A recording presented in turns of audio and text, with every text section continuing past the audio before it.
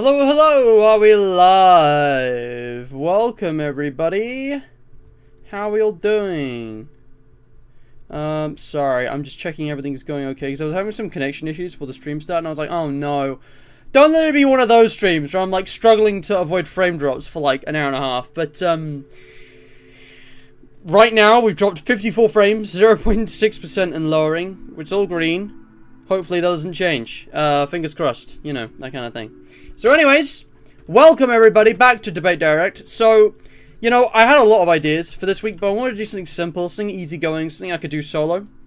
And I thought, I just remembered, game reviews are one of the most popular things in the Debate Direct series. Over time, I've done a number of polls and surveys, including one which, if you haven't taken it yet, is closing very soon. It's closing in literally a week.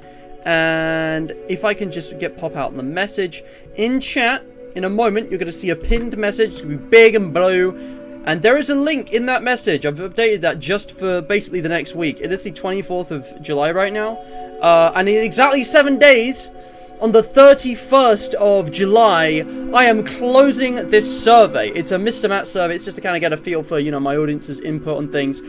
If you know, are invested in this channel and you want to have your voice heard about, you know, suggesting changes and stuff, this is a great way to do it, and it's completely limited. The next opportunity to do this won't be until January, February next year. That is 6 months away, alright? So, you know, if you would like to see certain Debate Direct topics, more or less, do let me know, because I've done polls on this. And again, game reviews and game theories are like two of the most popular. And I think game theories are something I'm beginning to reserve for continuity era, because I've got loads of ideas for video essays, which I could do as Debate Directs, but I don't want to yet. Forgive me, I just need to stretch my arm.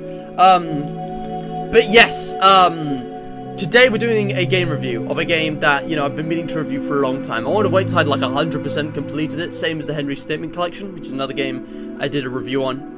So, yeah. Is the audio balance okay, by the way? Is the music too loud, too quiet? Do let me know. How are you all doing in chat? I see a load of my regulars and moderators in chat. We got Nubert, we got Livy, we got DJ, we got Supercell. Thank you so much for joining. How many game review have we done at this point to Debate Direct? You know, that's a good question, DJ. It's been a while, like a long while since I've done this, so I actually went and looked back at the Debate Direct playlist, and the results may surprise you. We've only done, out of, like, all, God, how many episodes is it now? Like, it's not many. It's a good number, but it's not, like, a lot. If we go to the Debate Direct playlist, alright, it's public, you can find this on my featured page. This is episode 68. This is the 68th Debate Direct. And if I just search for review, if I search for review on this page, there are 10 results. 2 of them are in the description, so those don't count. So 8 reviews? Well, kind of. Obviously we're reviewing DDLC now. But we've also reviewed some Five Nights at Freddy's fan games, which wasn't really a review, like an actual written up Steam review like we're doing. That was just a tier list. This music's kind of loud. I'm kind of shouting over it. I'm gonna turn it down again slightly, unless you guys are fine with it. But, you know, that doesn't count. That's just reviewing the title. We did the Henry Statement Collection. We did Baldi's Basics Plus.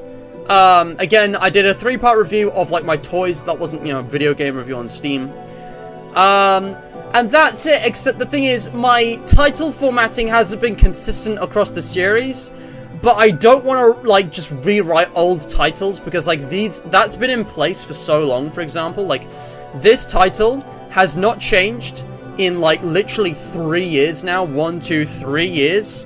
Almost to the day. 1 year, 3 years and 3 days. This was streamed 3 years and 3 days ago, and it hasn't changed. So I don't want to just change it for modern consistency, because, you know, I want these to be accurate to how they were at the time, you know. Because this is such a long-running series, I'm not going to try and make the whole thing consistent, you know?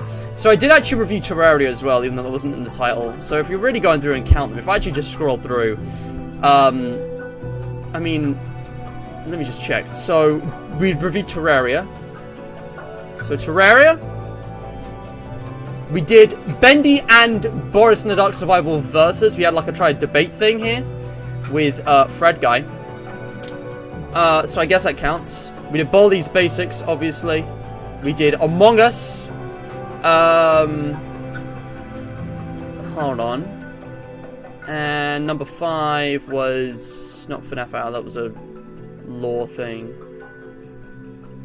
Was there not another one? I think the next one was just Henry Stickmin. So that's 5. And then, tier lists aside, not counting tier lists, we've only done 6, including today's.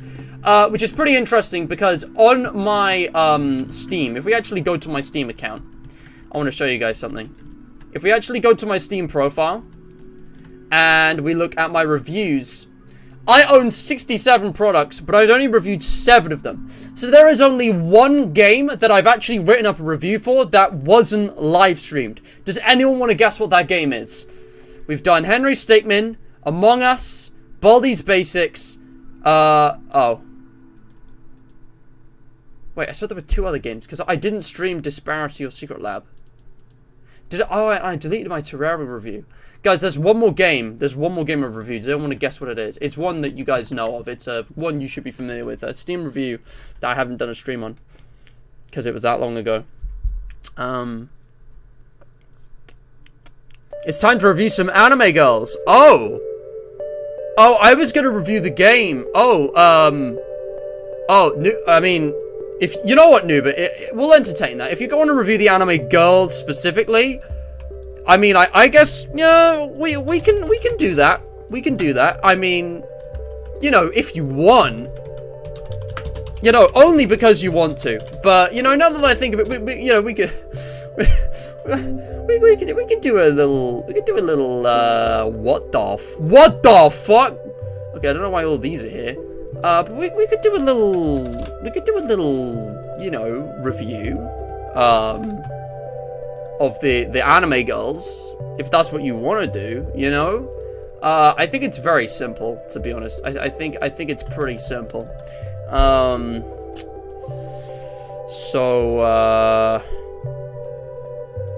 Yeah.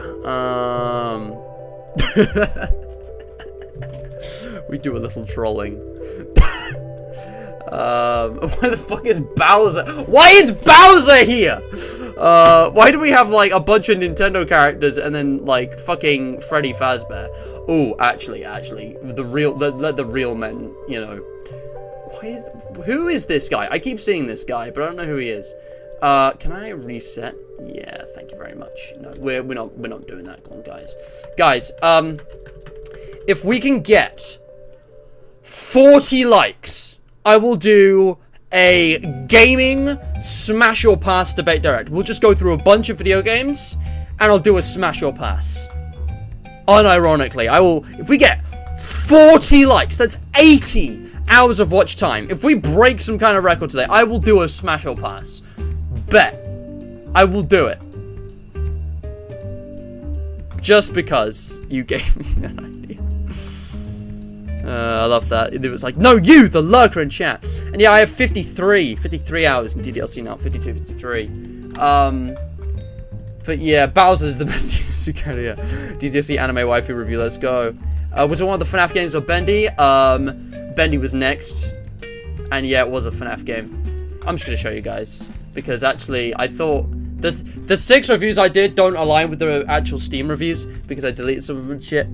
Can we bargain for 30? No, I know 30 is possible. I'm deliberately picking a number I don't expect to get. Livy, why do you know me so well? What the hell? I mean, you basically nailed it. Like... I'm just saying, hypothetically, if I was single, or if we go back in time to 2018, you know, when I was a fucking simp. I'm kidding. I was not. I mean, yeah, honestly, I mean, I think that's fairly accurate. But yeah, we also have a QOTD. So yeah, I asked you guys, would you recommend DDLC Plus to DDLC players? Also about the charity and stuff later. You got the light gold and stuff there. But yeah, it's time we did a review of DDLC Plus. So previously, guys, I was looking at my Steam reviews, and I think I want to rewrite some of these. But at the same time, I don't, because like this is like a piece of history right here. This is, you know, my review of Freddy Fazbear's Pizzeria Simulator, which was it was written all the way back in December 2017. This was literally written, like, immediately after I played it. But I did edit it in February 2019, and I don't remember exactly what I changed. But, like, again, this is not, like, very well structured or using a modern format. Same with the Bendy one, which, again, I did in June 2018. So this was before Chapter 5 even released. This was immediately after the Chapter 4 remaster, which was, like, the peak of Bendy. Secret Laboratory, I did one way back in 2019, and I think, like, again, I said, like, 10 out of 10 there. The game's only improved. There are flaws and issues with the games I didn't even realize existed until after the game was updated. Like, I really struggled to criticize Secret Lab. I don't know why, but it's like, this game specifically, I cannot find any issues with. Like, beyond nitpicks. Like, I've never heard genuine criticism of Secret Laboratory. And I feel like there must be something. But, like, yeah, some games are just that good. Disparity was a lot of fun, though. It was definitely underrated. It's not a 9 out of 10. I definitely exaggerate on a lot of these. And that's the thing I wanted to point out. That was like, you know, these were all 2019, July, December. I reviewed Baldi's Basics, which is one of the first proper game reviews I did a stream of. 8.5 out of 10, 11th of July 2020. That was version 0.1.3. At this point, I think Baldi's is like a 9 out of 10. I think it's improved. I also gave the exact same score to Henry. So, Among Us I did a review of. Which was 9 out of 10, 13th September 2020. And then Henry Stickmin I did a stream of, 23rd of May 2021. That was an 8.5 out of 10. I don't think Among Us is a 9 out of 10. If you guys notice something here, all of these reviews are really positive. They're all like 8, 9, or 10 out of 10. And I feel like I need to do a review of a game I don't like. I really need to do a review of a game that I can, like, give some, like, good criticism. Because every single one of these reviews, including the one that I'm doing today, I mean, obviously they're biased. Like, again, guys, this is all just my opinion. You're welcome to disagree. All of these games have flaws and are open to criticism, but I have nothing but positive things to say. And I think the thing is, if I don't like a game, I don't invest so much time and energy into it that I can do as thorough a review. So, like, if you guys ask me to review a game I don't like, it's not going to be as thorough. And I feel like I'm going to get slammed for having, like, you know, invalid criticism, because it'll be a game I don't know as well. But for now, I'm going to do a review of Doki Doki Literature Club. So this is, a new favorite of mine, okay? And I'm going to properly type it up and everything. Do I recommend this game? Abso-freaking-lutely, okay? So, we got the page here. And yeah, I'm just going to type out a review. And try and actually, like, structure it a bit. I actually want to... I'm not going to worry about making it a consistent formatting with all my reviews on Steam. So I'm not going to look back at the other ones for reference. But what I like to do is get, like, you know, a score out of 10. And then, like, you know, I talk about, like, basically writing. So that's story, lore, characters. Then go gameplay, which is, you know, mechanics, replayability, you know, UI, that kind of thing. And then we go, like, production, which is, like, you know, music, SFX, VFX, you know, graphics, that kind of thing. I'll just put VFX. So that's, like, basically, like, a concise summary of, like, how I would review something. I guess gameplay should probably be first, but I think for this game, writing is the most important. Writing, to me, is always the most important thing. I think writing... You could probably argue writing is actually more important than gameplay in some video games. I did not refuse to see it for free. Obviously, I'll allow comments. It'll be public and in English. But yeah, so... Right. Let's talk about this. And I'm also just going to catch up with chat for a second. Nubit said, and I asked him, you know, would you recommend DDLC Plus to, you know, people who've already played DDLC? And Nubit says yes. It doesn't have as many secrets. It's worth it because, you know, you got the new music and the lore. The main thing I would seriously recommend to the players, it would be the amazing writing, the great characters, the overall emotional aspect of the side stories. I think DDLC Plus might be disappointing to those wanting lots of lore and Libertina answers, but overall to the people like DDLC Plus, I think I would 100% recommend a previous DDLC player. DJ's vibing, Livy. Oh, I'm really sorry for my camera wobble, guys. Again, I didn't notice this ever until someone pointed it out the other day, and now it's like bothering me because I can't get my camera to not wobble. Like, I just have to, like, not touch anything. It's annoying.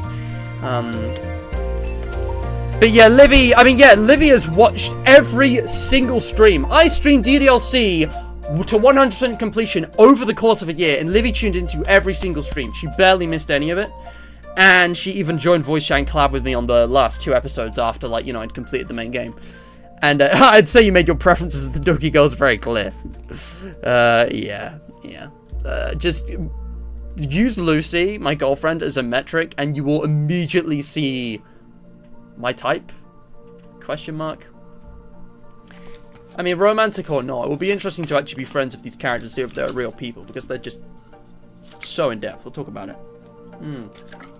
Anyways, Private's had COVID. Private General Mancy. Stay strong, soldier. That's rough. I've actually been feeling pretty ill myself, which is why I now have a bottled hydration source for today. High sugar, because I picked something up the other day, and I feel kind of rough. So, yeah, that's annoying.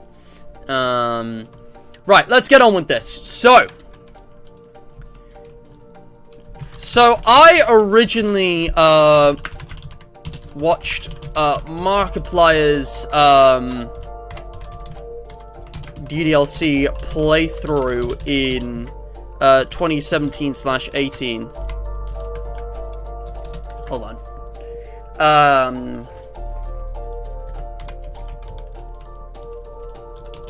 Eventually playing it for myself to 100% completion.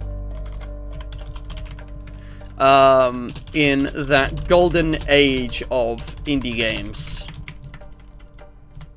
My mind was blown. I fell in love with that game. No, I did not actually. Let me blown. But how well does the what would you call it? It's not a re-release, remaster, revamp.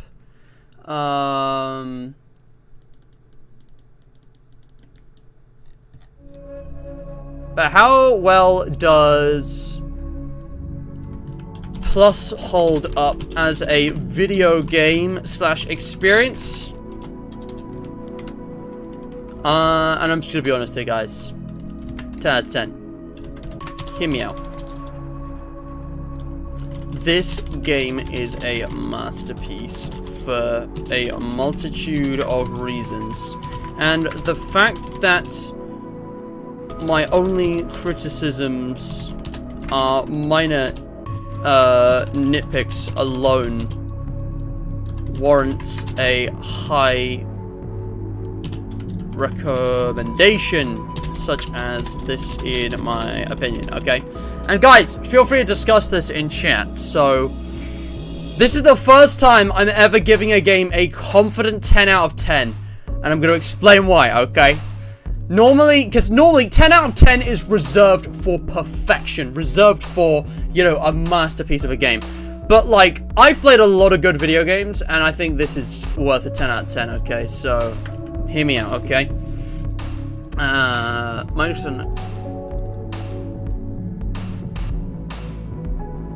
My opinion.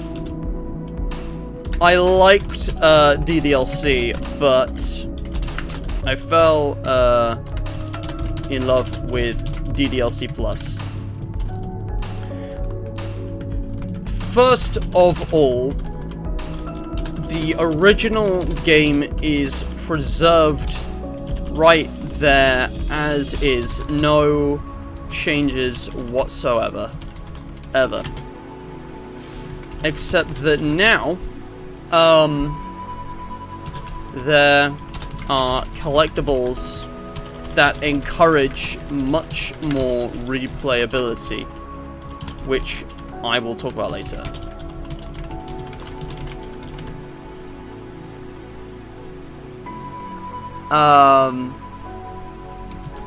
Point is, the original game is respectfully unchanged and provides all of the brilliance it did back in 2017 as a subversive horror gem.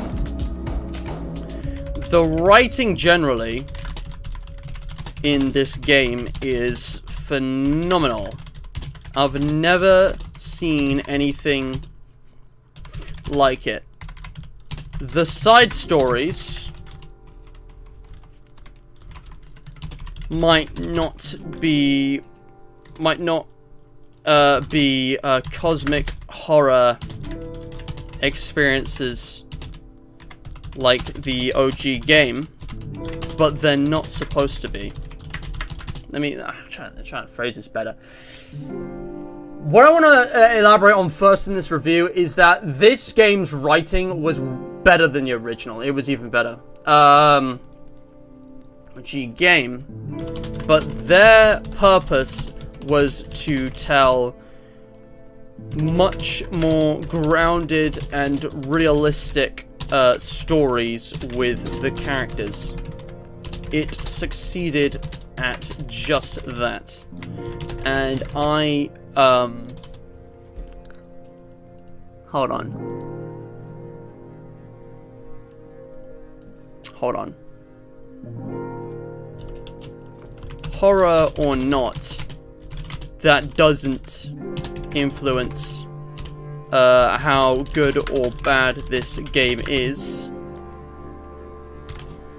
The sheer depth and complexity of the characters, their fears, motives. Just trying to think of like writing crap here, like fears, motives, you know.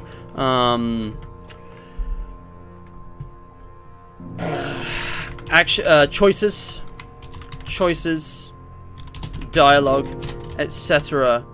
are not only far superior to the original, which treated most of the girls as anime stereotypes and little else. Anime stereotypes with disturbing secrets, little else.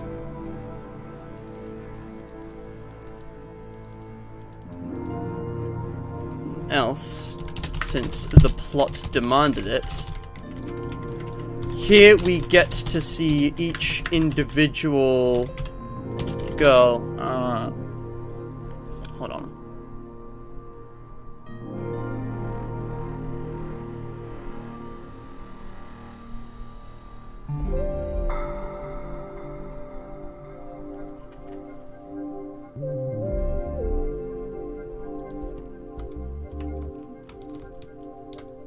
A game with characters this realistic before.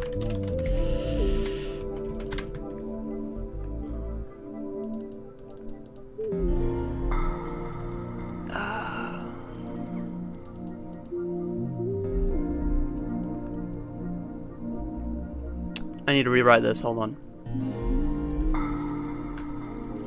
The writing of DDLC Plus is phenomenal.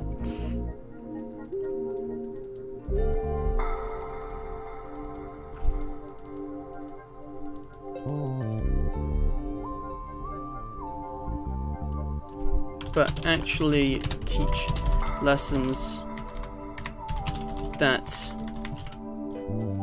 have a lot of weight in the real world. I wish I'd gotten to play this game when I was a bit younger. It would have taught me things school could not, that most teenagers would probably benefit from.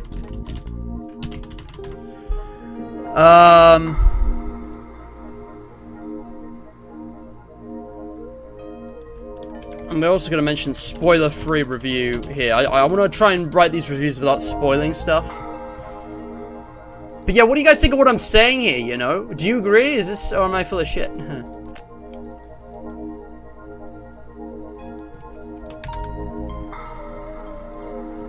School did not. It can. It just doesn't.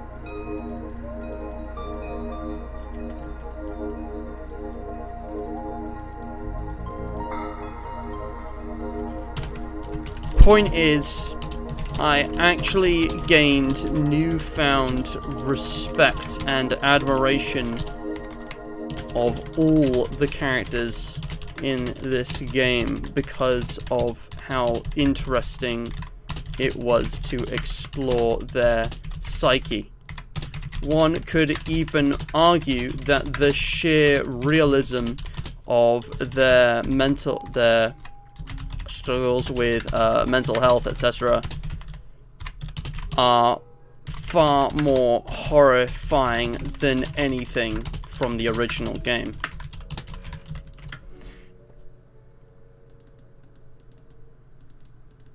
Yeah. I think writing, that is going to be the biggest paragraph in this, because writing is the heart of DDLC.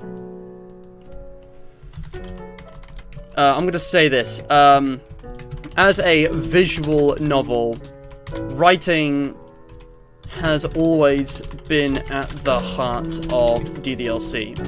Plus, took this to phenomenal levels. I've never seen a game with characters this realistic before. There we go. Yeah.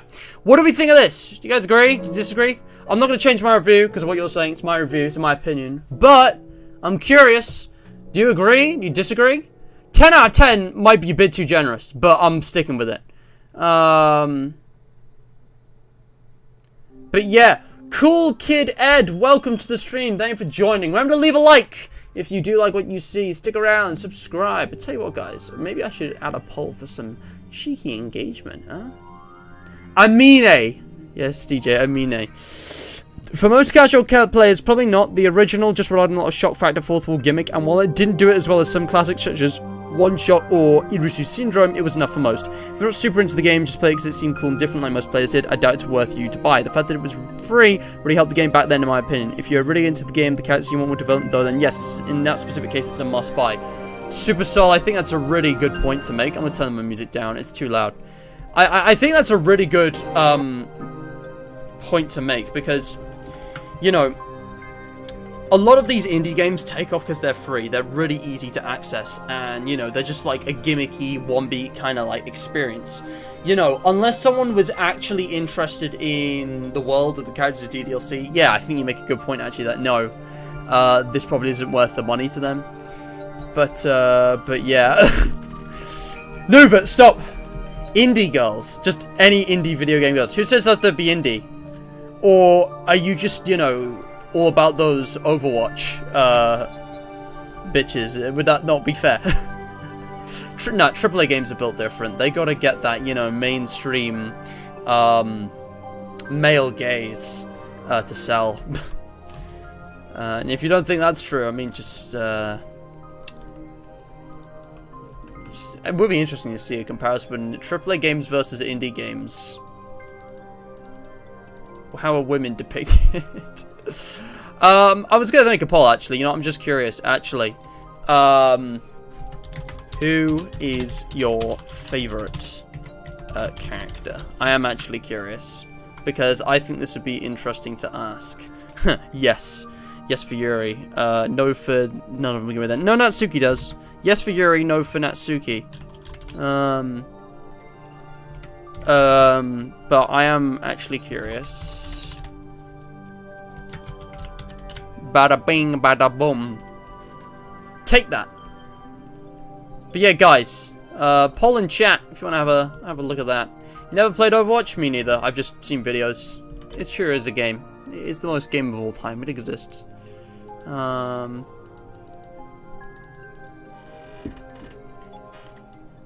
Game. All right. In terms of gameplay, there is much more replayability in Plus than the original game. There are collectible poems,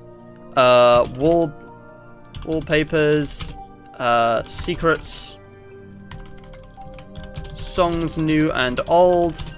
I'm just gonna say new songs. New songs. Why can I not spell? God damn. I can't spell, guys. I'm sorry. Also, apparently that's not one word. I'm pretty sure it is. You got the poems, wallpapers, all the images, files, email, yep. Lots of meta secrets and lore. No, I'll talk about that in a moment.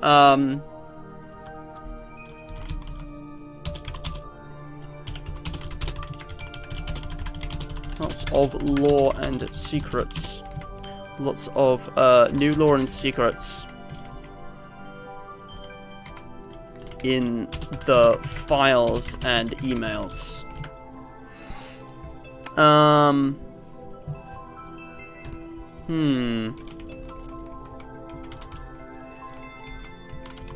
Files and emails tabs.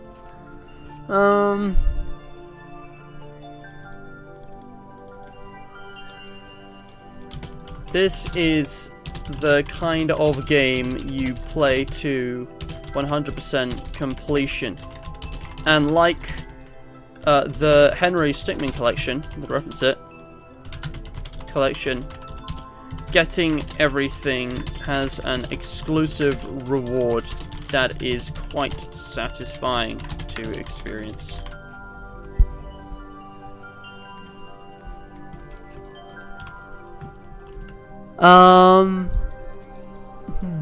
New Matt stream, yes. Laura Contra, welcome to the stream. The man in the window. The man in the window. Yes, I know what you're talking about, New, but my God, I watched Markiplier's video and that was the funniest shit I've ever seen. Imagining. Oh shit, Laura got me there. I feel like I like Yuri the most, but I also really like Monaco, and that's because the only one I find kind of meh.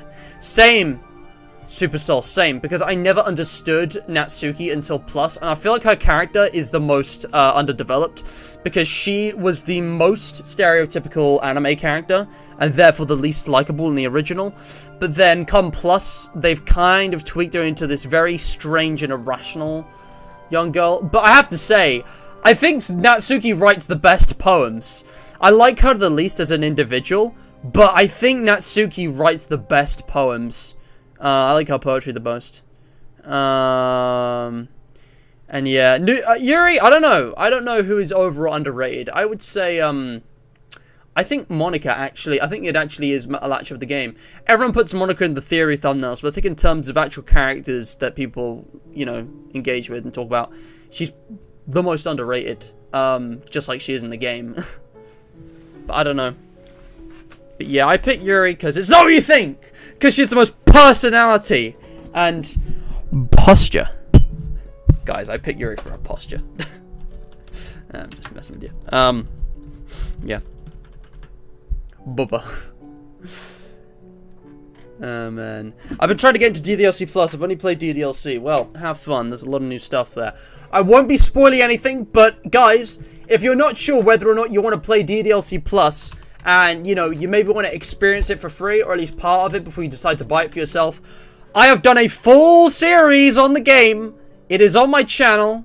It is very easy, simple to find. You can search for it, DDLC Plus Mr. Matt. It's right here. Creators Picks. Like, you don't even need to scroll down. You load into my page, and it's right there. Thanks for 966 subscribers, by the way. 33 more, and we'll be on 1,000. 33 subscribers until we're at 1,000. That's crazy, actually. 33 subscribers. Sorry, 34. 34 subscribers, and we will have reached 1,000. But yeah, if you search Mr. Matt DDLC, like, everything is here. Anyway. But yeah, what are you guys saying in chat? Being cursed about female characters in indie games. Noobert, just do a smash or pass already. I want to see it. I want to see the official Boobert. I want to see the official Boobert female characters in video games smash or pass. And then just be a Giga Chad. Put all the male ones on there as well. And all the ones who don't conform to the gender binary, because why the hell not? Put the freaking non-binary robot on there.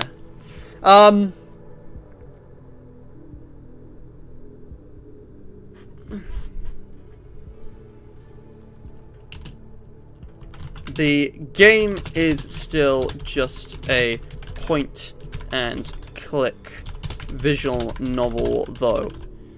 So most of the gameplay is just reading with the odd choice. The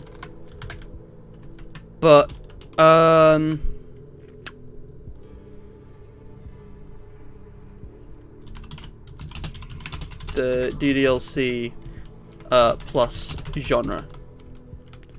That's just the genre of the game. I'm trying to think here.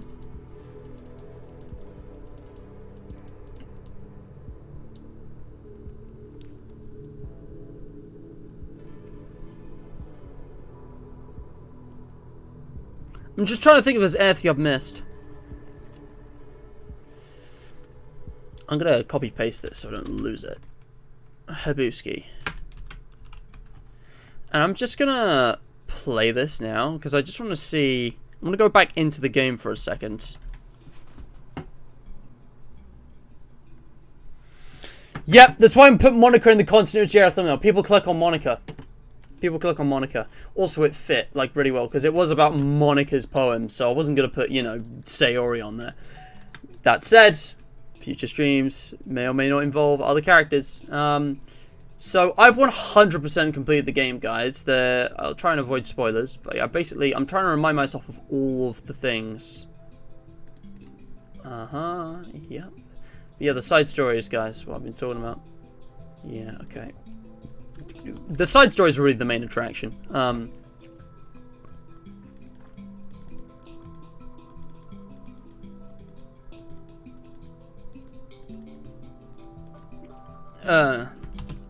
Enjoyment is to be found in the enriching art, both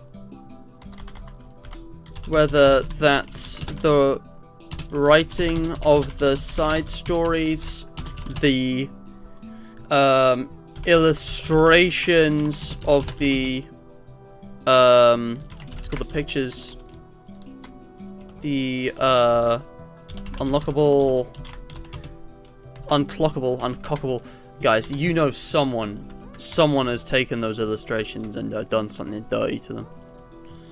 You just know.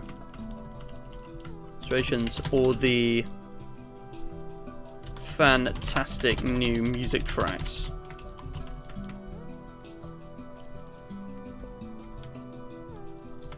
Rather than any kind of traditional gameplay. As for no, I want to find out we're gonna add in production. Meanwhile, I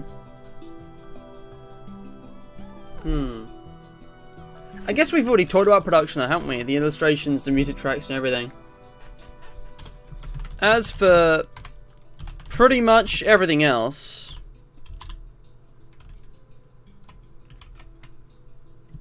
and oh my gosh, I'm gonna reread this. Hold on, I'm speeding it out.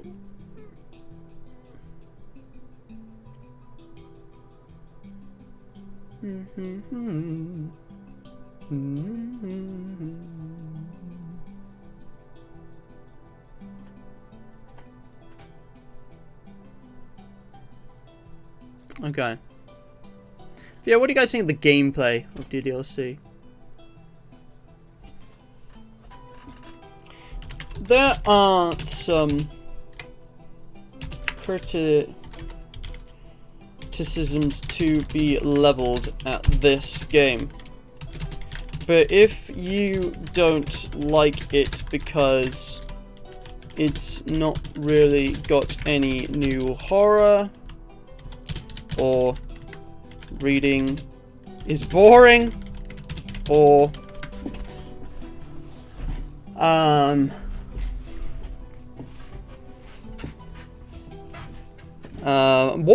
guys, what criticisms? I need criticisms. What do you not like about DDLC Plus? Give me your criticisms. What I like. I'm gonna defend this game.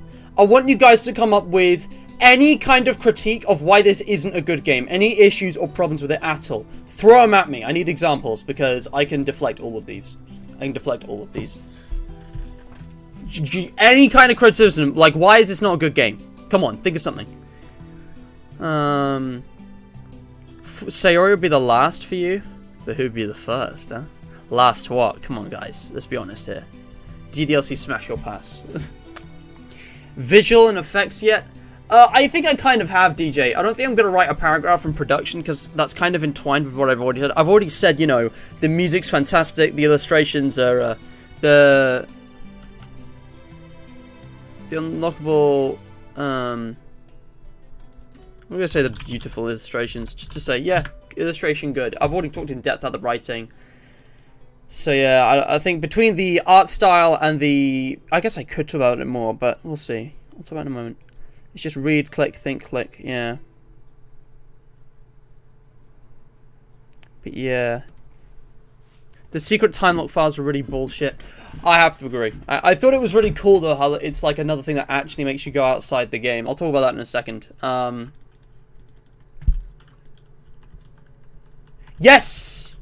Yes, so it's like, you know, there's good one Supercell or it's just the same game with newer with some random additions. That's not a problem with the game. That's a problem with you. No, that's not a it's just not the game for you. Sure, you may prefer to experience it for free via YouTuber Let's Plays or whatever. I'm also going to have some actual criticism here. So, some of the secrets are kind of ridiculous to work out how to find. One of the last items required to 100% the game relies on RNG.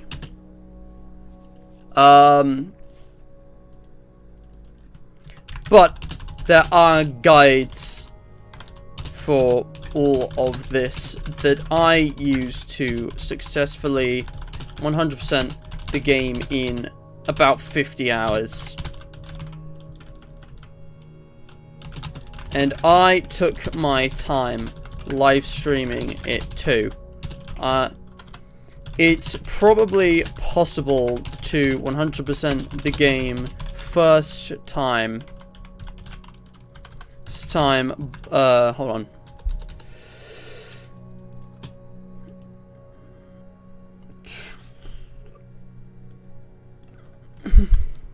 %, the game blind using only 1 or 2 guides like I did in about 30 hours. Point is, there is still a lot of content. Hold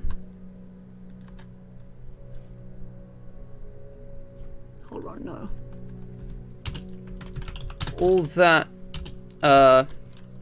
hold on,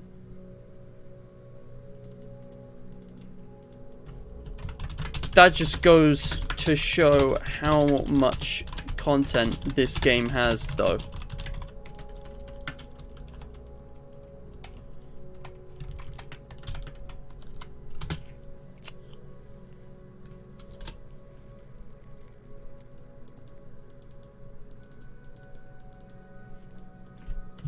These really are just nitpicks. Like, did anyone else notice that, I hope they see this. Did anyone else notice that, save me in the pictures is in Sayori's font instead of Monica's for some reason? I hope they patch that. LMAO.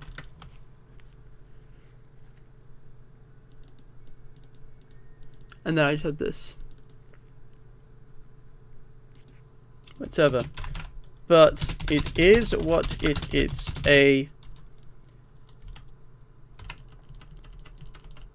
An expansion of a legend well worth its price, in my opinion. Alright, I think that's pretty much the whole review. How much did this game cost? $11.39. It's not cheap. It's not cheap. Honestly, it's probably a little overpriced, but you know, the brand. I think I don't know, a lot of work went into this. You gotta think of how much work went into this game. I think it's about worth it. Probably worth more, actually. But yeah, lore, that's not quite what the DDLC lore is. It's far superior to FNAF. It's on a different level. What's the other warning? Yeah. Yeah, the thing is, though, that RNG wasn't unfair because it only took me 40 minutes to get that. It was a 1.5% chance. And when you actually think about it, that is 1 in 75. And when it only takes you, like, 10 seconds or less to open up the game in and out, on average, 10 seconds times 75. Let me just do the math real quick. It's not that long. 10 times 75. Wait. So this is in seconds. So if we divide it by 60, 750 seconds. 12.5 minutes. Did it really take me 40? I don't remember it being that long. It might be that long. That was unlucky. But like, it said this might take hours. It's not that bad. It's really not that bad. There are worse things, believe me.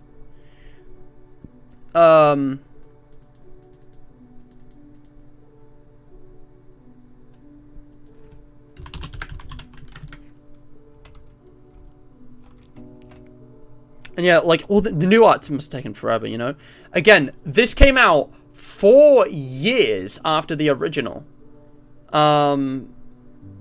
2021, 2017. A little under 4 years. So, you know, and they've been working on this since at least 2018, for sure. Because Salvatore did tease something, but it's been a long time coming. Yeah, Super Soul. Good point, good point. I would say it's pretty meta, though. Yeah, Golden Freddy mode, yeah. Yeah, 2017 was actually, it was actually 5 years ago now. It's 5 years since the original. The original released in September, so it's going to be 5 years, and, it's just crazy how long it's been. It's been over 4 years since I first experienced this.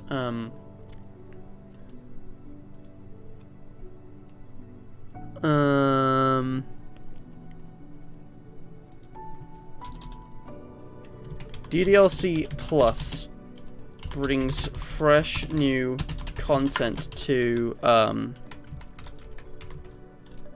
DDLC in a way that retains the spirit of the original.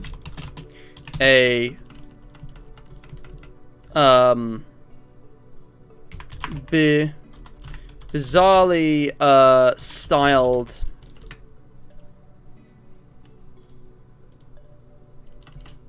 and honest horror experience.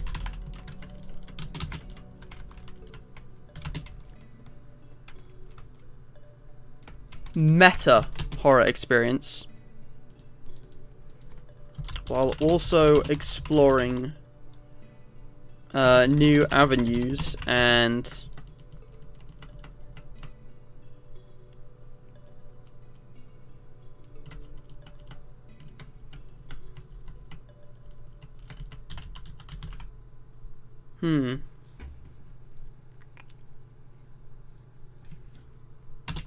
make it more than a one-beat gimmick.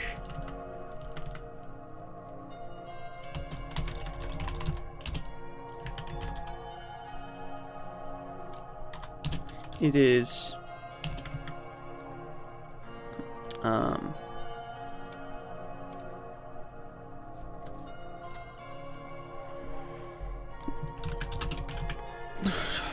quality of the writing, art style, music, and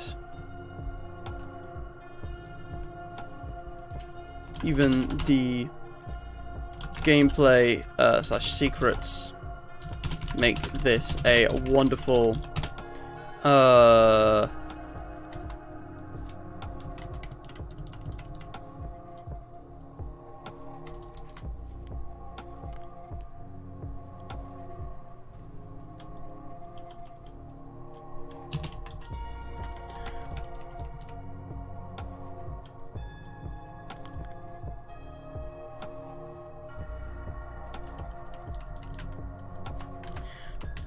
virtually perfect game to 100%.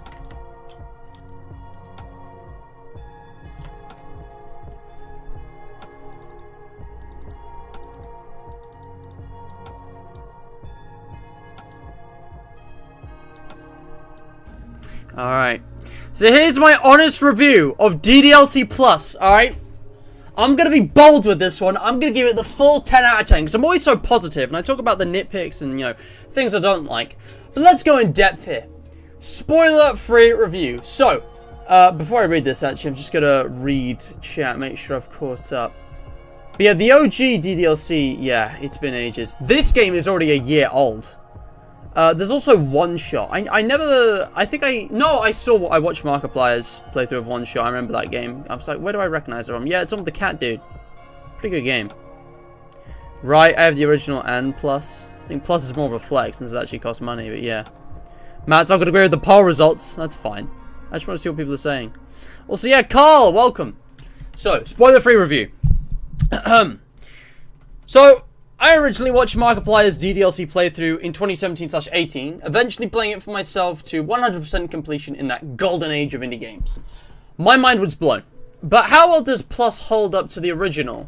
Hold up, yeah, I think I should say to the original as a video game / experience.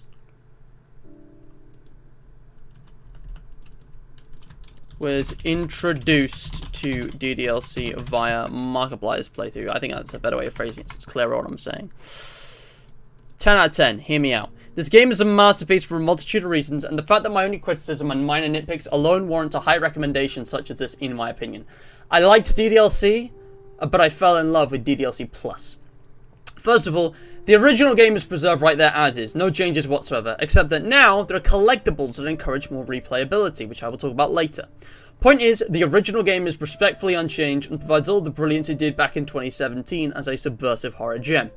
As a visual novel, writing has always been at the heart of DDLC. Plus took this to phenomenal levels. I've never seen a game with characters this realistic before. The side stories might not be a cosmic horror experience like the OG game, but their purpose was to tell a much more grounded and realistic stories with the characters. It succeeded at just that. Horror or not, doesn't influence how good or bad this game is. The sheer depth and complexity of the characters, their fears, motives, choices, dialogue, etc. are not only far superior to the original, which treated most of the girls as anime stereotypes with disturbing secrets and little else most of the time, since the plot demanded it, but actually teach lessons. That have a lot of weight in the real world. I wish I'd gone to play this game when I was a bit younger. It would have taught me things school did not, that most teenagers would probably benefit from. Point is, I actually gained newfound respect and admiration of all the characters in this game because of how interesting it was to explore their psyches. One could even argue that the sheer realism of their struggles with mental health, etc., is far more horrifying than anything from the original game. Excuse me. In terms of gameplay, there is much more replayability in Plus than the original game. There are collectible poems, wallpapers, secrets, new songs, etc., and in the various menus, lots of new lore and secrets in the files and email tabs. This is the kind of game you play to 100% completion, and like the Henry Stingman collection, getting everything has an exclusive reward that is quite satisfying to experience. The game is still just a point-and-click visual novel though, so most of the gameplay is really just reading with the odd choice. But that's just the genre of the game. Enjoyment is to be found in the enriching art, whether that's the writing of the side stories, the beautiful illustrations, or the fantastic new music tracks, rather than any kind of traditional gameplay. There are some criticisms to be leveled at this game. Hold on.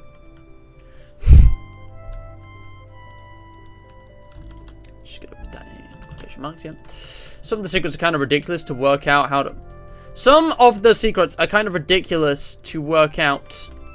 Bruh.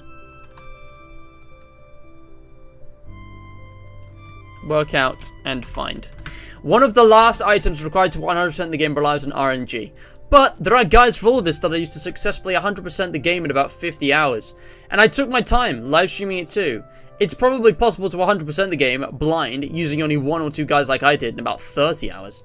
That just goes to show how much content is in this game though. These really are just some nitpicks. Like, did anyone notice that Save Me in the pictures is Sayori's font, is in Sayori's font instead of Monica's for some reason? I hope they patch that, Lamel. If you don't like it, because, in regards to, critique, though, if you don't like it, because it's not really got any new horror, or reading is boring, or it's just the same game with some random additions, that's not a problem with the game. It's just not the game for you. Sure, you may prefer to experience it for free via YouTube or Let's Plays or whatever, but it is what it is. An expansion of an indie legend, well worth the price for what content it holds, in my opinion.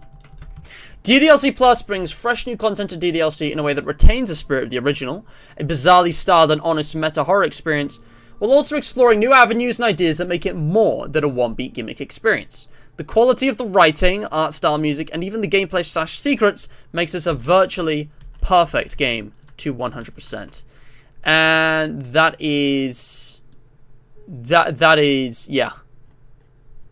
That's my review, guys. I'm happy with that. Do you guys agree? What do you think of this review? What do you think? Also, how's the poll looking? Wow. Why is Natsuki so popular? I wasn't really expecting a clear lead. Are you guys just saying that to spite me? Because that's not going to work. Like, Natsuki's cool. That's fine. I'm just curious. I'm going to leave it open to the end of the stream. But thank you for your votes on that. But yeah. The camera's a bit high. Let me just... Can I just... Yep. Okay. Wonderful. Thank you. Oh, crap. Just want it to be straight. There we go. Yeah. Markiplier actually didn't finish One Shot. He didn't? Oh, man. It was so long ago. I don't remember. I thought he did. Did he not finish it? Damn. But yeah, Mikey, welcome. Blue as a Spy, welcome to the stream. Thank you for joining. Remember to go and leave a like, guys, if you are enjoying. Smash that like button and pound that subscribe button like I pounded your mum last night. No. But seriously, guys, if you are enjoying the stream, leave a like, subscribe, do all that crap. I really appreciate it. There's also some links in the description you could check out. I like to promote positive causes on my stream, so before the stream ends, because, you know, the end is coming, go ahead and check out BBC Children in Need. This is a British-based charity that is actually, as you know, obviously the name implies, it's kind of, you know, linked to the British Broadcasting Company, you know, the national like TV thing. Every year they do a bunch of events and campaigns, most notably Red Nose Day. I believe that's Children in Need. And they, you know, work with, as you can see here, loads of charities and organizations, 2,500 projects in the last year, or just in general, I don't even know. That are basically, they're trying to help children, as you know, children in need, children who are, you know, facing issues regarding mental health and well-being, violence, sexual exploitation, holy hunger, access to employment, social injustice. All of these children who are, you know, living in, you know, poverty and weakness, they are getting the help they need from this organization. They do a really good thing. I'm stumbling and stuttering over my words because I think my tooth is aching or something, or man, I'm sorry guys, my brain blanked. I told you I wasn't feeling well. I'm on focus. Let me redo this. Ugh. Okay, here we go. Guys, do you like children? Do you like British people? If you answered no to both those questions, that's hilarious. But this is not a meme. British children need your help. They got dirty yellow teeth, and you can help them with the funny BBC Children in Need. These guys turn children's teeth from disgusting yellow to pearly white, thanks to your donations and money. Do you want to fundraise? You want to help with they got a shop, you go buy stuff and your money goes towards supporting them as well as operational costs probably. You want to get the funny yellow bear who's perpetually injured, he's missing his eye, he's got that bandage I think, I'm not really sure what's up with him. Are you in school? Do you like Britain, English, UK? Donate now! Guys, look at this kid's teeth. They actually look pretty weird, I'm not gonna lie. They look like serrated. I think it's just because they're weirdly close. Look at this kid's teeth. Okay, none of them have good teeth. I was joking about the British bad teeth stereotype. These guys all have really funky teeth. They're children, goddammit. Those will grow out. But look at this. Look at these statistics. Look at all the good that's happening. Your donation can help with that. Okay, I'm gonna stop now. You get the idea. Oh my goodness, last year we supported over 460,000 children and young people affected by a whole range of disadvantages such as poverty, disability, illness, distress, or trauma. God damn. Well, there you go, mate. I mean, that's just the honest truth there. But yeah, link is in the description, as are all of my various YouTube channels and my community Discord server. Didn't I change this? So it's like, or is that just the way it's displaying? I think it's just the way it's displaying. But yeah, guys, check out the links in the description if you haven't already. There's a lot of fun stuff down there. And again, people are always telling me, Matt, I'm missing streams. I never make it to streams on time. Well, I'll tell you what, mate. If you join the Hydration Nation Discord server, link in the description, and head on over to roles, you will be able to react to any of these messages to get the basic roles that I'll ping you, probably daily, if it's Mr. Matt. And every time there's some new notification for something, a clip, a meme, a stream, a community post, even a devlog or a new video, you know, it's all on here. It's all on here. Always has been. Always will be. Alright, so that's that. And yeah, alright, enough faffing about. This isn't going to be a long stream, guys. We're only an hour in, and we're coming towards the end now. I knew it would be a short stream, that's why I started so late, but, you know. I don't know if I like the UK, never been there. Yeah. Respect the skepticism. Do you like children? Matthew aggressively drinks hydration. No, Matthew didn't pound my mum. No, how could you, Matt? You so become poor Sephiston, yeah. Resorting to the mum jokes. Matt, my mother is dead. Oh. Oh, no. Oh, good thing I was joking. Holy shit. That took a dark twist. How dare you break into my house? Matt, why do you have to make such comments when you're trying to get new subscribers? You don't understand, DJ. These are the exact comments that get me new subscribers. You know you want to subscribe, guys. You know, I know you want to subscribe. EDP, I don't know. What's EDP? I hate Britain and Mr. Oh, no. Oh, no. Oh, they hate Britian. Oh, they hate Britian. Oh, dies of death. Oh, man. Someone's gonna clip this. Maybe. Hope I don't get mugged by some bloke called Bartholomew. Matt's gonna get cancelled. Matt has said some sussy things to minors jokingly before. I have. But in my defense, I didn't know they were minors, or I was also myself a minor, so I'm not a nonce. Alright, guys. As a British person, I hate Britian. Yes. Exactly. Britian kind of cringe, to be honest. Yeah. Britian. Britian. I love Britian. I mean, I hate Britian. Alright, let's post this review, baby. There it is. Another review. View my review. That is my review of DDLC Plus.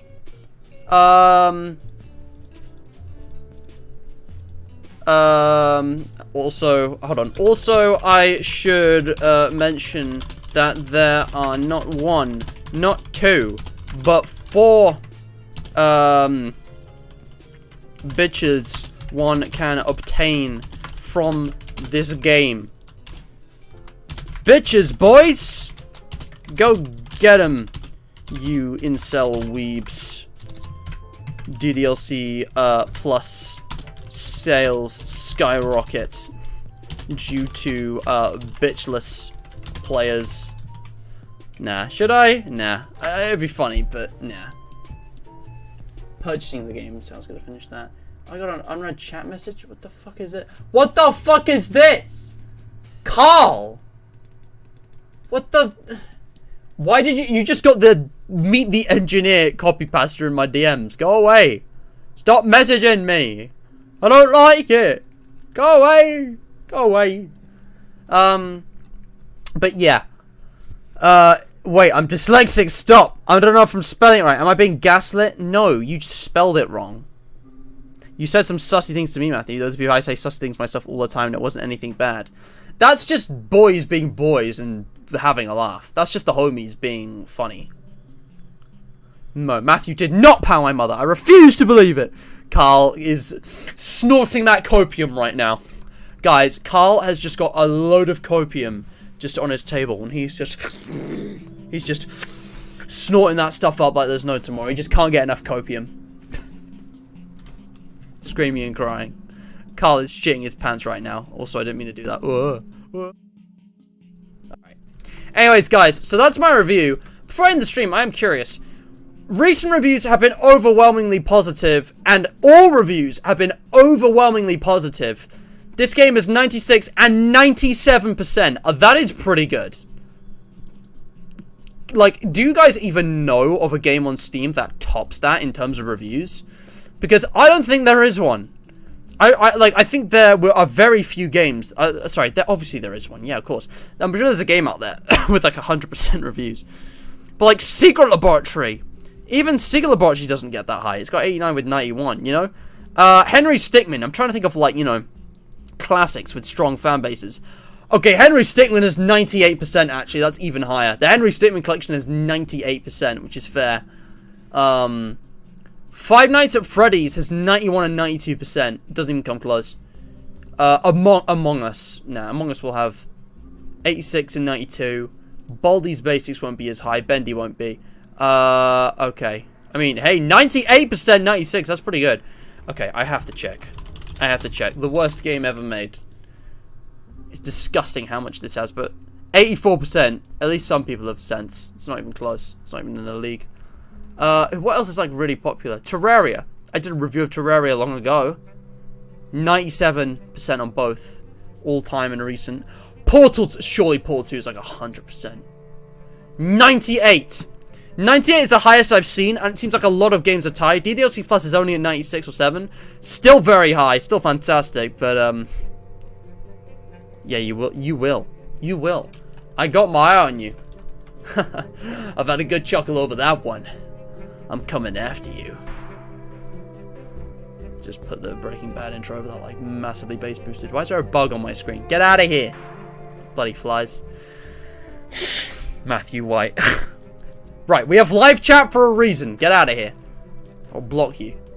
But yeah, guys, that was my review of DDLC Plus. I hope you did enjoy. Curious if you agree or disagree. This game is so positively ranked. I'm sure you do. But I am curious to see if there's any negative reviews here. If there's only said no, don't recommend. Because, like, you know, a lot of people here are just making memes because they're funny. Some people are just like, yeah, they're good. Yeah. Thumbnail. Mum, you have to believe me. I finally have a girlfriend. Brilliant. I love that. That's hilarious. First time a woman said they love me. I want to give you an award. You poor man. But, yeah. Girls are back into... Alright. Bit much. Most family friendly. But yeah, I love these reviews. This is awesome. I am just curious though, where are the negative reviews? Can I filter? Most helpful. Are there any, like, you know, God, get out of here. There's a bloody bug in my face. Yeah, what negative reviews exist of DDLC Plus?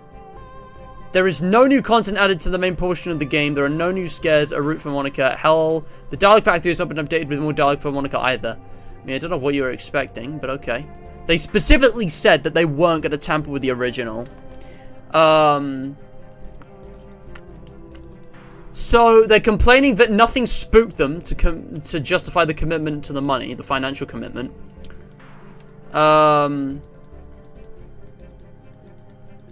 There's nitpicks about the menu? I hadn't even thought of that. You're stuck if Monica decides not to say anything. Okay, Monica literally is on a set loop. I haven't looked at the code, so correct me if I'm wrong. But this is ridiculous. This is ridiculous criticism. When you're in Act 3, Monica will pause for a set amount of time every time between dialogues, and it's like 10 seconds. It's barely anything. It's just a few seconds. Like, it is such a little amount of time, and it's so consistent. I don't think it's even randomized. That's such... Guys, you know what? We've spent the first half of the stream looking, you know, writing my own review and looking at a couple positive reviews. Let's look for negative reviews. I'm curious, what negative reviews exist of DDLC? What are people saying? Because something that I love doing is debating and, you know, really putting something to the test. Let's take one of my favorite games ever made, and let's look at someone who has an opposite opinion and really dig deep into why, because this criticism's a joke, to me, honestly, but I think there might be some great criticism here. There are things that have been replaced, like are missing. Really? That's not true. That is false information. The corrupted cursor looks like part of Sayra's face. I have seen multiple times playing DDLC Plus. I don't think these have been removed. They're just rare, so you haven't seen them. I think this might have been... No, that's not been removed. I literally got that while playing the game. It's part of 100% of the game. So that's just bullshit, because these are still in the game. You just haven't come across them because they're low chance things. But if you replay it more than 2 times, you're basically guaranteed to get them unless you're super unlucky. Anyway. You perceive the OS as a downgrade, I understand that, but there are new things that make you go outside the game, so you can still have that experience, but it isn't the same, I will say. You don't have that old feeling of actually having to go into the game files, because the game files are in the game, and the only reason they did that is so that they could port it to other devices than PC, and you gotta respect that, you know, actually giving, you know, mobile players, console players, Switch players accessibility to this. I think even the Steam Deck supports DDLC. But there's new things, there's new secrets that you have to go outside of the game to find, like actually outside the game that you can't do in the game. So that's, you know, that. Apparently unlocking the images is frustrating, I guess, maybe one of them. Yeah, the reloading of Act 2, I can see how that's annoying, but, you know, I thought that was, you know, just, it wasn't that annoying, like, it didn't take me that long. You can't view the different expressions of the CGs. That's actually a valid complaint. I wouldn't say this is anything that makes the game worse, but again, there's just lots and lots of slight peeves. They're saying here that when you unlock the CGs, you can't view the different expressions, like with every page. You can only view one of them, and I think that's actually a fair complaint. There's a lot of CGs where there's actually several variations of it, and to get it, you have to actually go back into the game and dig up the scene and find it. But in the menu, you only get the one version of the CG. It would be cool if they added that.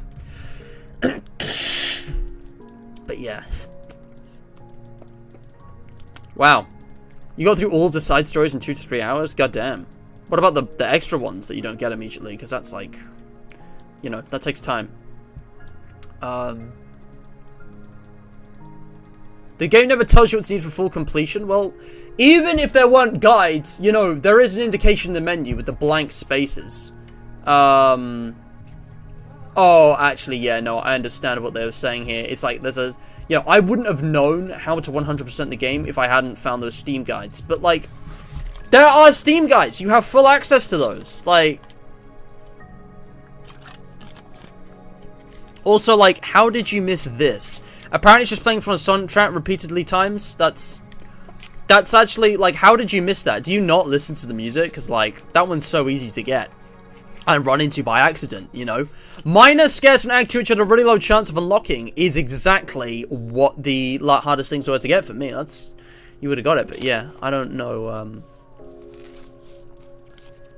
but yeah, that's, but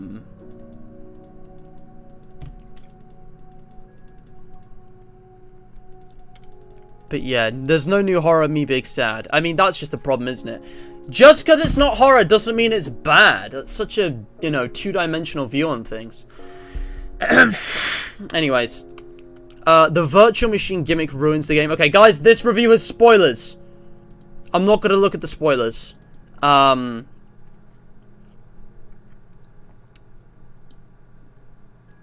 like...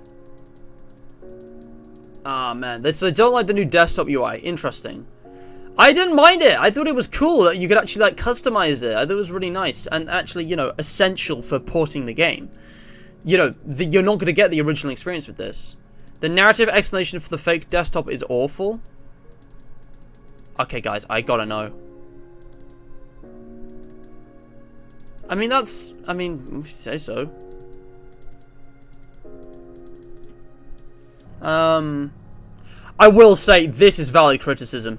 Nothing about the game even follows you out to the virtual desktop. I have to agree, that was a wasted opportunity. It would have been so cool, because there were times when I was coming close to 100% and viewing scary images, I was wondering if something would slink out from behind the pop-up, or when I put it back down, there would be like something staring back at me. I feel like you could have easily put in some really effective jump scares, and it would have been cheap, but like... It would be really cool if they actually used the desktop UI and have creepy things happen there. So it's like sometimes when you come out, there's like a chance of something happening, or if it's like there's a chance when you flip like the, you know, the pop-up window down, there's like the desktop behind it has changed. I feel like there were missed opportunities with that, I have to agree. But like that's not a problem with the game. That's not an actual criticism of the game. That's just something that could have made it even better. But it's like, you know, you can't put the game down for that. You can only say, well, it didn't, you know, it could have done that. But it's like, you know, you can't judge a game by things it didn't do. That's really stupid. You can't judge a game by the things it didn't do. You judge it by what it did do. And, you know, it would have been cool, but the fact that that didn't happen doesn't, you know, ruin the game. It's just some minor, you know, missed opportunity. No choices, no scares, and no saving. I mean, first of all, the side stories are not that long. They don't need saving. Like, I mean, I don't know. I guess that would be neat, but, like, is it really necessary? They're not trying to be scary. You know, again, I expected this. A lot of people want this to be a horror game. It isn't. It is, but it isn't. It's only a little bit. And, I don't know about fan service. I don't know what fan service the side stories provided, to be honest. Wish I'd elaborate on that. 4 years and $15. Cash in on its dedicated fan base. I mean, yeah, what else were they going to do? Cash in on the dedicated fan base? Absolutely. Because, honestly, I'm surprised after all these years that DDLC still has, like, an active fan base. But they did actually manage to capitalize on that. Which is awesome. Because they used, the reputation of the game as part of its advertising. And it actually worked, which surprised me. Anyway, we have some actual discussion here, which is interesting. Chad from IT is the new Jake from State Farm. I don't remember who that is. I only read the emails like once. I don't remember it. But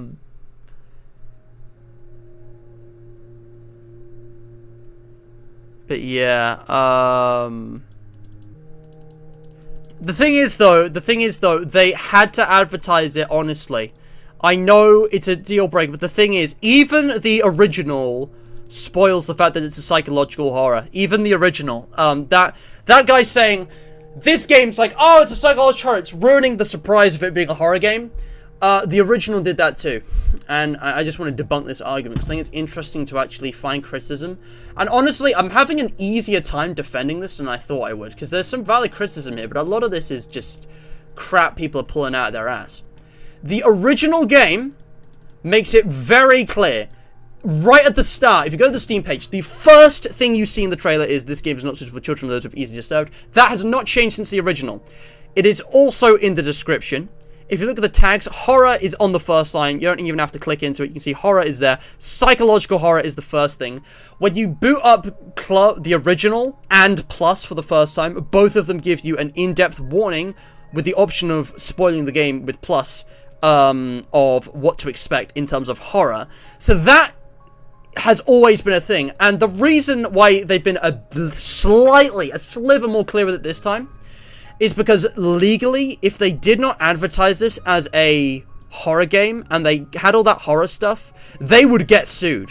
They would be sued to hell, because if they like sold this as a completely innocent game and had the horror be completely hidden until someone played it, that there would be lots of angry parents complaining about their children being like scarred for life and traumatized by this game. Like, that would be I think that's actually borderline illegal, because that's kind of like, you know, not having your game appropriately rated. So I'm gonna have to pass on that one, Chief. That's a really dumb. That's a really dumb criticism. I gotta be honest. Also, I don't know where I went to before, but this is a different UI. We can read more quickly here. What is this? This is a long one. Unnecessary exposition.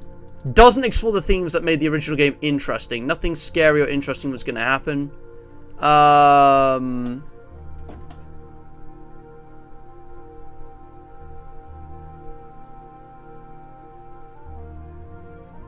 mean, I guess. Apparently, the side stories cheapen friendship and happiness because they're prequels. We see, you know, it just makes Monica's betrayal even sicker. Well, DDLC is not a game with a happy ending. I think that's fully intentional. But also, like, does it? Because the side stories are in an alternate timeline. So... And it's not like the friendship and happiness is perfect. One of the very messages of all of the side stories is that, you know, the friendship and happiness with the club members is difficult. They have to go through tough choices about themselves and their relationships with other people in order to make things work. And while there are things that are resolved and talked about in depth in the side stories, not all the problems are resolved. There are still lingering issues which actually lead pretty well into the original, you know? Natsuki and Yuri never really kind of get along. They just kind of get kind of passive with each other, you know? I guess Monika and Sayori was actually pretty sad, because Monika was so supportive of Sayori, and then she just turned on her in the original game. I think that is fair to argue that cheapened out their relationship, because Monika was like Sayori's closest friend, and Sayori actually revealed to her, like, you know, how she's feeling, and then the original game, Monika's just kind of like does not care. I don't know. I think that's actually a fair argument. I think that's really interesting. Because, you know, I think there's, you can see upside. I'm trying to twist it to an upside, but yeah, I can't really argue with that, to be honest. It's a mistake to have the game not be user-focused. All the girls are still looking outward, and the user continues to click the text box, and other girls are into themselves. It's not only alienates and distracting, making it boring, but takes away an important theme. You've completely missed the point of the side stories. The side stories are supposed to be like a different twist. It's like, what if we made DDLC, but it was an actual like immersive visual novel that took away the meta and the horror aspect, you know? If you want the meta and the horror, not only do you have the original game, but you've got the files, the emails, the VM secret at the end of the game. There's loads. You've missed the point of the game. That's not an issue with the game. That's just you not liking what it is. Bum, bum, bum. The undermines the whole point of the story to have the girls actually having existences destroyed altogether independent from the user, not just their backstories being part of the script. I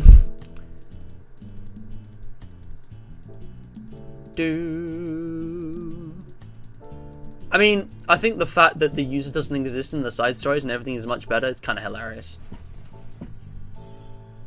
Reconciliation story after the events of the main game? I mean, I guess.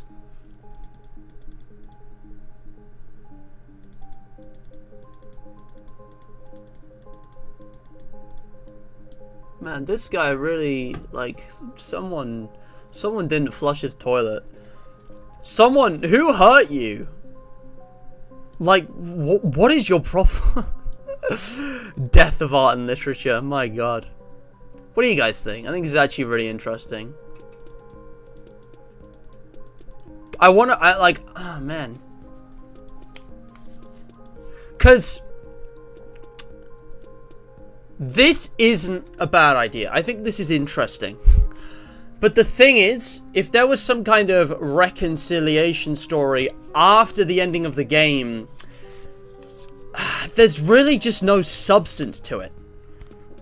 The ending of DDLC is very final.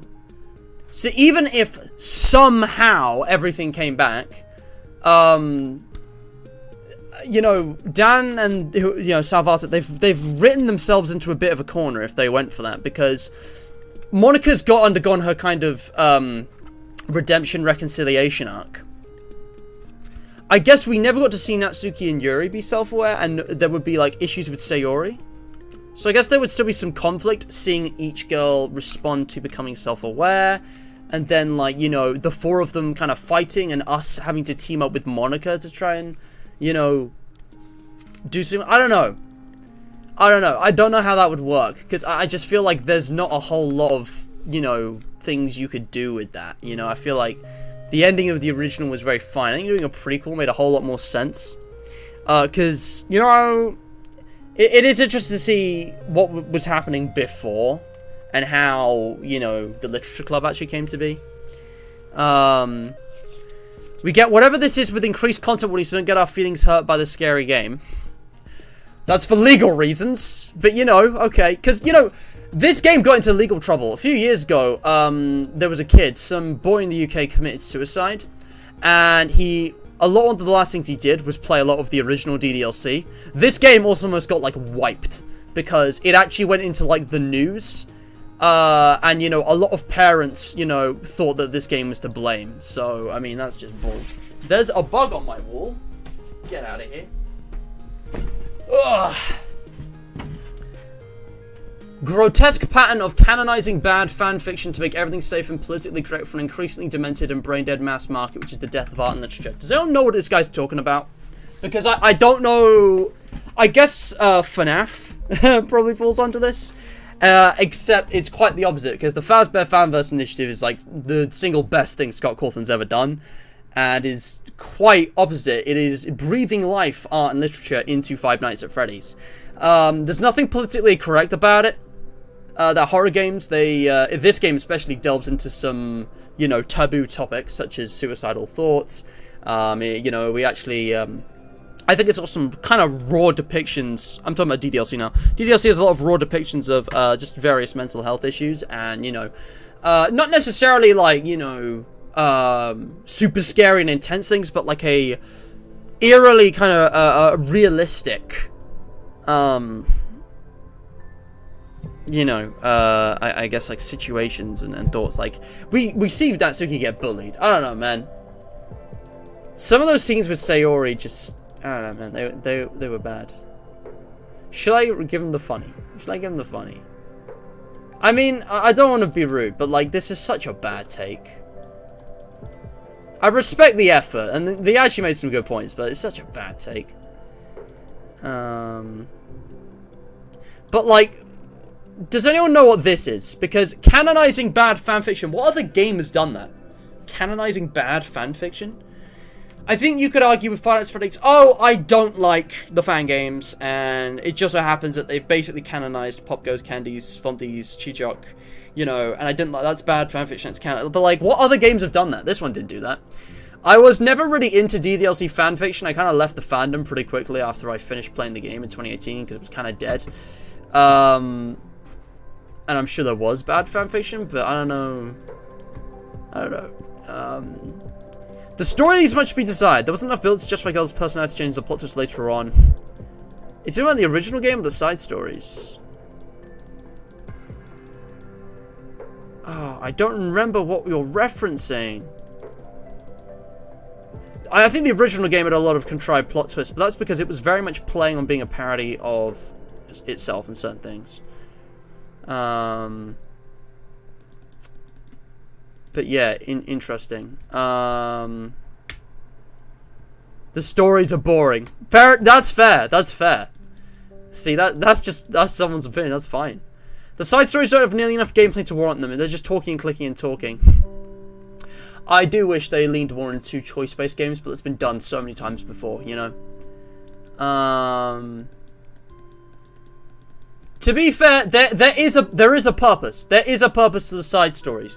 If you don't like them and you don't want to read through them, at the bare minimum, you still need to play through them to 100% the game, collect certain unlockables, you know, all of the new songs. You have to play the side stories to find the new songs in the game. You have to play through them for some of the best CGs and some of the poems. And you need them if you want to, like, 100% the game, get the VM edit. So they still have many purposes aside from, you know, their main thing, telling new stories and bringing the characters to, you know, new heights, you know, if you don't like that. If it was voice acted, that would help, because I could put an auto while I draw and listen. Illiterate scum, you missed the point! This is interesting, though, like, you know, because, I don't know, like, I want, like, what possible criticism could be made of this game?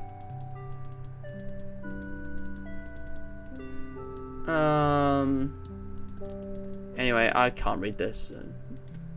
Lose my attention. Feels like a cash grab. Little to nothing was different from the original. It ruins the PC experience. Well, you know, too bad. We've already had the PC experience in the original, so let the, you know, console and mobile players have it.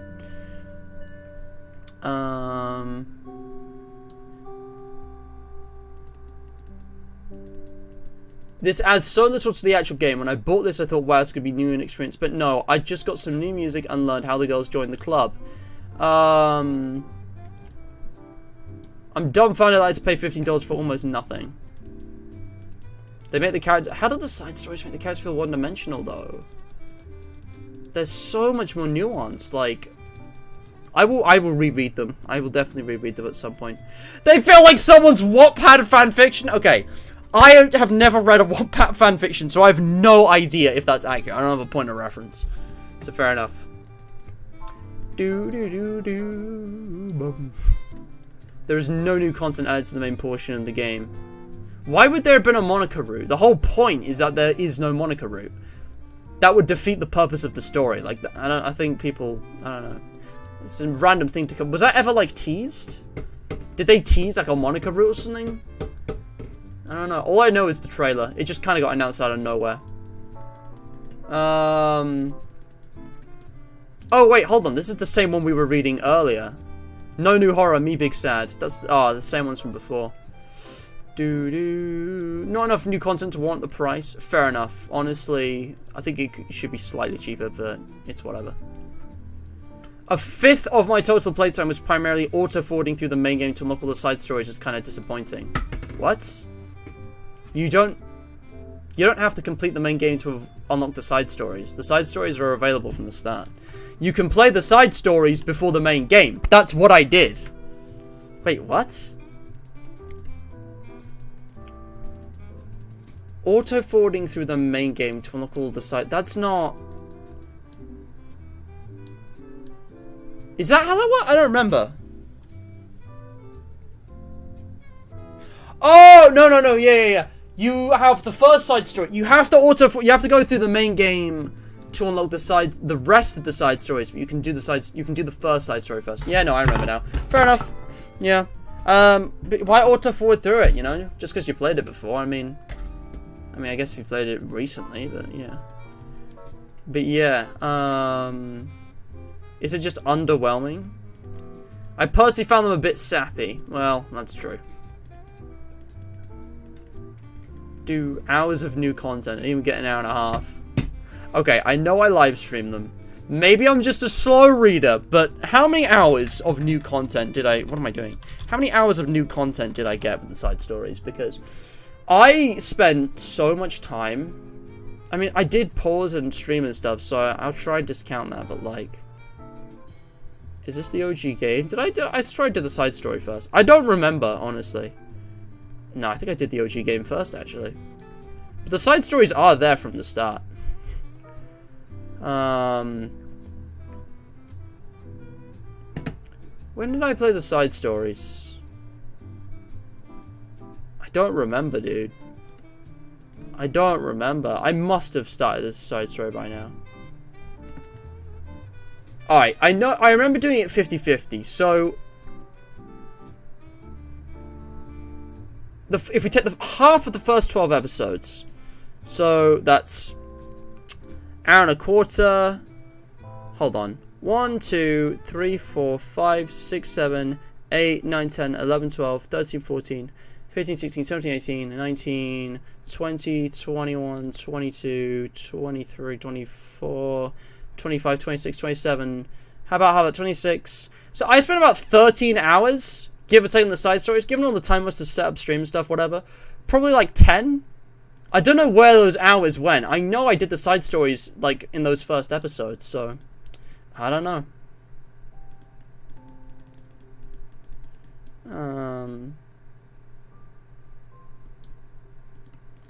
So, a lot... the common criticisms I'm seeing are the fake desktop and the lack of horror.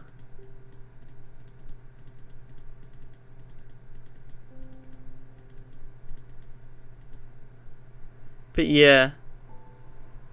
Okay.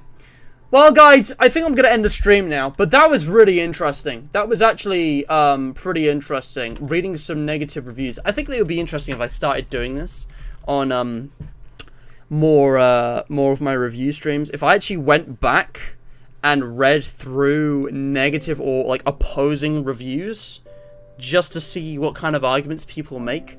And you know what? Because we didn't do this before, I'm actually going to look at negative reviews for some of the other games I've reviewed as well. Although, can I just say, imagine being in the 3% of negative reviews here, the 4%. They're clowning, dude. But I'm actually curious. Let's look back. I just want to quickly do this here because, you know, where am I going to do this? I want to look at negative reviews for some of the other games, which I've reviewed positively. And if you guys want to see my review... Oh, look at this. Ooh. Interesting. Team Black Bear? Yeah, actually, some of my friends reviewed this, but I basically said, gameplay, artwork, soundtrack, writing were all either good or great. It's got the boost of the meta, and there are some issues, with, like, missed opportunities, you know, some of the choices, some of the bugs, you know, some of the music, but yeah, no, Henry Stickmin's brilliant. I think I probably could have been more generous in my review. What? Who? Not enough Henry Stickmin content? What? Who gave this a negative review? There are 411 negative reviews of this game. Overpriced? How much does this cost? Wait, without looking. What would I say the Henry Stickmin collection is worth? $12 to $15 is what I would say. £11.39. That's like $15. Yeah, exactly. I disagree. Game's overpriced. You can do everything in about 4 to 5 hours? It took me 47. How are you guys getting through these games so fast? It took me 47. Nothing like celebrating mediocrity. Who are you and why did you decide to do this? If you didn't like any of this, why are you even here? It made me cry. You can find all these online. Don't buy it unless you want to waste money. You can't complete the mission online. Let's talk about pirating the game, which is illegal. It's a crime. The 99% positive rating is absurd. It's a good game, but the level of circle jerking is unreal. Try to see past some nostalgia plays. Please, let's get into the problems that need to be mentioned. 99%? I mean, it doesn't anymore, thanks to people like you, but damn. I'm curious. I'm just curious, guys. Listen, I know I said I'd end the stream by now, and I'm going to keep going for a little bit. Let me just catch up with chat for a minute, because before I get into this, I want to see what you guys said. Denny, welcome to the stream. Someone desaid viruses. Oh, man. Chad Italian, welcome. Oh, man, I missed loads of messages. Whoa, oh, man. I'm sorry. I just got so distracted. I haven't been reading chat in ages. Let me just catch up, because I don't want to miss the funny. Was that Fate in the news tab? It was new, but that was just Death and Taxes. They were posting about a new game they're making. Do not say dictionary without shinary. Okay. Portal 2 is not 100% because Wheatley said some silly bad things. God, who gave Portal 2 a negative review? They must feel so stupid now. Yurik best because booba. I mean, only a Chad such as yourself is brave enough to say it. Negative reviews of Minecraft? I mean, depends, because there's so many different versions in addition to Minecraft. Some of them aren't great. Some of them kind of suck. Bedrock Edition! But yeah. Sorry, I'm just catching up with chat. There's no DDLC Plus on mobile? Well, console then. Handheld console. I don't know, I assumed it got ported to mobile. Carl made a meme for me. Thank you, my dude. There's no water in the side stories. But yeah, they have to warn you. There was a... Sorry. Yes, Super Soul. They had to legally have warnings for DDLC Plus. But also, did seriously?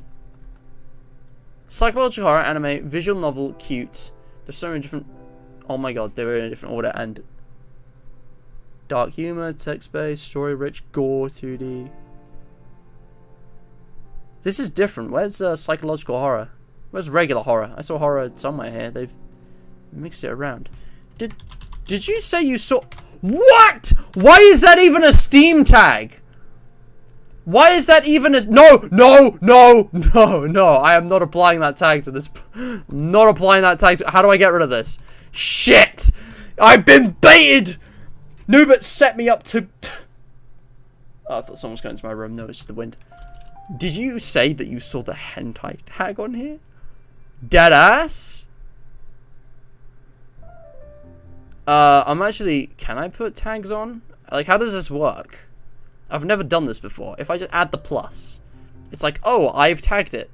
What does that change, though? Is that, like, in my review? I definitely agree with most of these. I'd say anime art style.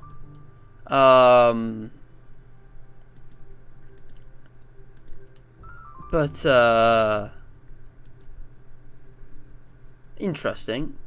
Why does that exist? Like, why does that exist? Steam has a tag for hentai. I'm kind of concerned. I want to go through all my favorite games and do that now. If I go to the store page and I add tags. Ah, that's neat. I'm going to do that another time. So, yeah. So where were we? I was looking for negative reviews and catch up with chat before I do. Yeah. But yeah, the side stories, it says they're in another continuity, so it's like they're not really part of canon, kind of. It's weird. BBC found out about the DLC. Yeah, exactly. Can't wait to review this review, reviewing reviews. Yeah. I'm reviewing the reviews, yeah. Yes, Bendy, Nubert, that's a good shout, yeah. The devs literally had no plan. They had a start and an end, and they didn't have any substance. They just took fan theories and then made the best chapters in the game before going back to a shit ending. Bendy actually sucks. Like, I love that game. It's a childhood classic of mine, but objectively, it's actually kind of terrible. Can't wait till Vanity debunks all of the here claims about debunking the reviews in his review stream. Yeah. You don't need to do Act 2 or 3 to unlock them, yeah. Yeah, it's literally only Act 1. Well, if these players are getting through the whole game in, like, 5 hours, I'm sure they can get through Act 1 in, like, 10 minutes. So, you know, pick one, I guess. But yeah, you know, it's from the hit indie game Death and Taxes. We got some pro speedrunners in the reviews, yeah. Would you download a car? Yes, I love cars. Do you think Henry Sim is overrated? Yep. There's a lot of nostalgia with it. I have zero Henry Stickmin nostalgia. I have none of that because I basically hadn't heard of the game until completing the mission was announced.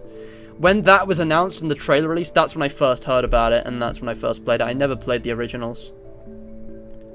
But yeah, who would review Minecraft next week? I've been baited, yeah. No, Matt, how could you tag DDLC Plus as hentai? Gabe Newell can get a bit quirky. There are 18 plus games on Steam. There are a lot. That's not new. Why do you know so much about it, huh? You sussy baka. Is that just like in my tags? No, it's like use other tags. Is it hentai like in here? You know what? It would be really funny if out of context while I'm doing my next review, it's like add a tag. Wait, no, don't apply it to Henry Stickmin. Wait, that's even worse. Oh no. But it's like, add a tag you've used on other products, and it's just got hentai sitting in there for, like, no reason. That would be so funny. I mean, you could put it on Henry. Oh, boy. Alright, let's just look at this. So what are people saying? So, the remakes do look way better. They're worse off in the sound part of things. A lot of the sound bites and references have been replaced with worse knockoff versions for the sake of, you know... copyright. I mean, cry about it. Do you know, they had to do that. Listen, I've listened to the old theme. The old infiltrating the airship menu theme was like the worst one. I don't know what they're talking about. Out of all of the themes, infiltrating the airship by far got the biggest glow up. The original sounds rubbish. It's so MIDI. I don't know what they're on about, honestly. To be fair, I've not played the originals. Apparently, CTM just avoids the other problems. This is just nostalgia bias. You literally led with the circle jerking's unreal. Try to see past nostalgia, please. I don't like this because they're not as good as the remakes and they don't have the nice sound effects and the menus are consistent and it suffers for it. But completing the mission is great. I mean, that doesn't make any sense. It doesn't make sense. the bio system is hurting the game more than it helps. I mean, that's the point, right? That the bios are difficult to collect and you have to replay bits. Okay, the fandom is not the game. Can't judge. You 100%ed the game in only 5 hours? Who are these speedrunners, dude? That's crazy. He did it in 5 hours? How the hell did you 100% the game in 5 hours? I'm sure there are, like, speedrun world records that are only, like, 1 hour, but, like, for a first playthrough, that's insane. Like, how the hell did they do that? Apparently the game's just... A lot of people just say madly overpriced. It's like... I mean... Okay. Don't fall for the nostalgia bit like I did. Just watch the game online. Man. Is that it? Are these all... No, there's more. But, like... How many negative reviews are there of Henry's Statement Negative? It would be so cursed if I put hentai on this. It would be so cursed. But yeah, funny, choose your adventure, multiple endings. Oh wait, wrong button. Excuse me. I wanna add the proper tags to this. Funny, choose your own adventure, multiple endings, memes, comedy, I guess. Classic, yes. Single player, choices matter. Point and click, yes. 2D, epic, hand drawn, family friendly, I would say, despite having a lot of violence. Action, parody, indie, adventure. Yeah, all of these. Interactive fiction, old school, casual. I don't know about that. Anime. Man. Alright. I'm curious. If we go back to my profile and we look at other reviews I've done, which is now 8, because we've got DDLC on here. Okay, first of all, just for the funny, I am legally obligated. Can I get to the game page? Okay, it takes me to the community page. Can I go to the store page? I'm legally obligated to add the hentai tag onto here just because it's the least suspicious. Because, yeah, I've seen a lot of fan art of this game over the years, and, yeah, people are down bad. I'm gonna say that much. People are down horrendous. Among Us, I'm gonna skip that. Baldi's Basics, and this is the game I care about. First of all, let's add some tags for it. Let's see. Roguelite, don't know what that means. Stealth, kind of, yeah. Procedural generation, yes. 3D, yes. Horror, yes. Funny, yes. Indie, yes. First person, yes. Parody, yes, absolutely. Permadeath, that's an odd one. I'll go action, single player, early access, surreal, 1990s, survival horror, satire, yes. Definitely memes.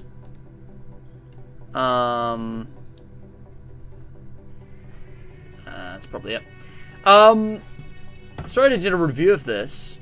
And again, in my review, this is the last one, guys. Just because these are like the prominent ones that I've done more recently, I'm just gonna look at these 3. Oh, people found this helpful. Oh, thank you. Oh, that's really nice of you. People actually found this helpful. So I think this game right now is probably like a 9 out of 10 or a 9.5. But I gave it 8.5 because like it had some issues, like the, you know, the field trips and stuff were boring. But the main gameplay was great. I know it's an eyesore, but that's on purpose. It's part of the game's unique charm. You know, I just praise the gameplay and the randomness being balanced better than the original, and the, you know, characters, even if there's no real, like, story. Who didn't like this game? What clowns were in the, you know, 2 to 4% who didn't enjoy this game? Because lots of people love this. I mean, look at this. Look at all these hilarious reviews. But, oh, Winbug. Gam good. I'm gonna give that a thumbs up. Okay, well, can I at least give it the funny award? 72 negative reviews. Oh, man. Okay, there's only 72 negative reviews. Hurt like hell still hurts this day. What the fuck? Game is not worth its price.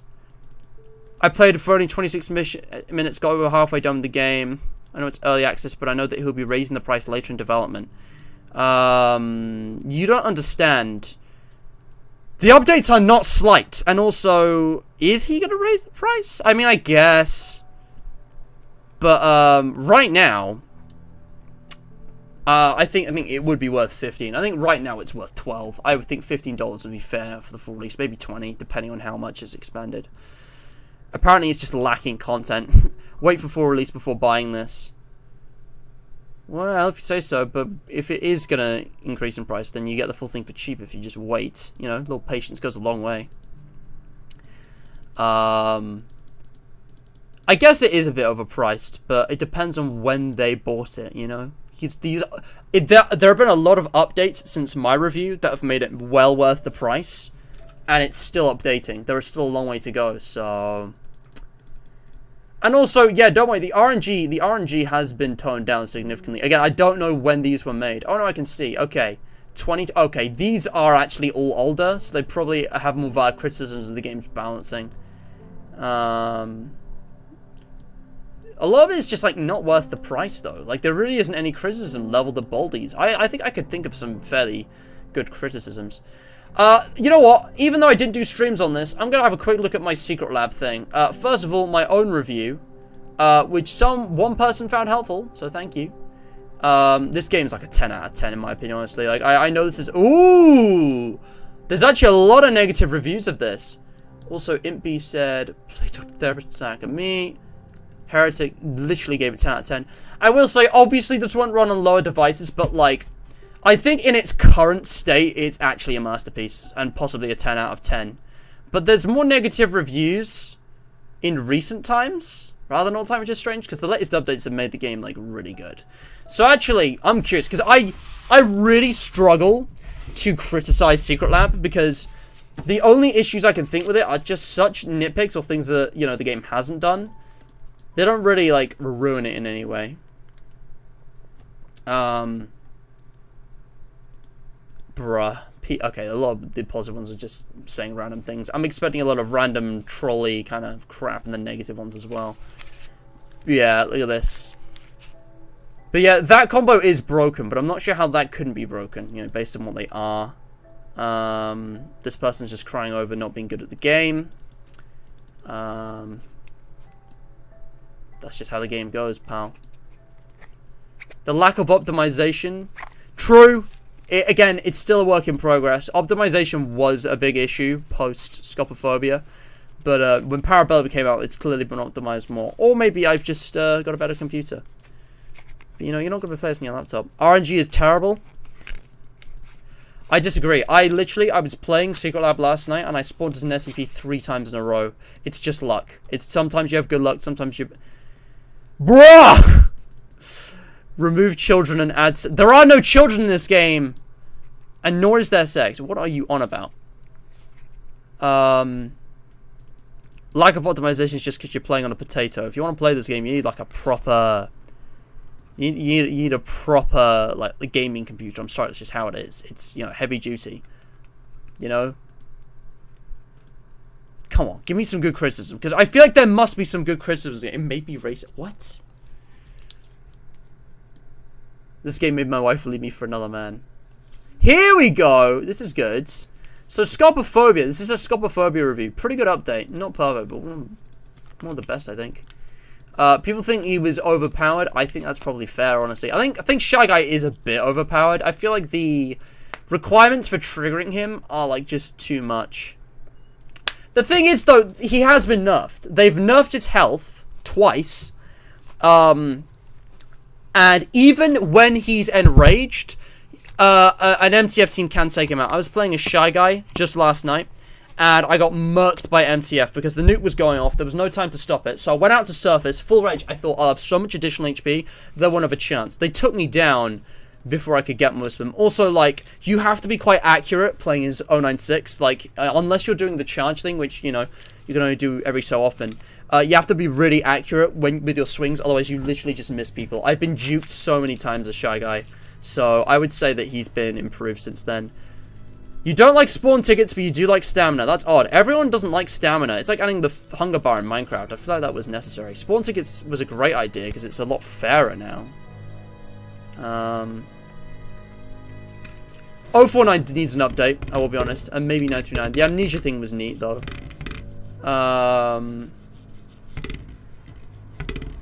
But yeah. Apparently they nerfed grenades once as well, and people didn't like that. I don't know.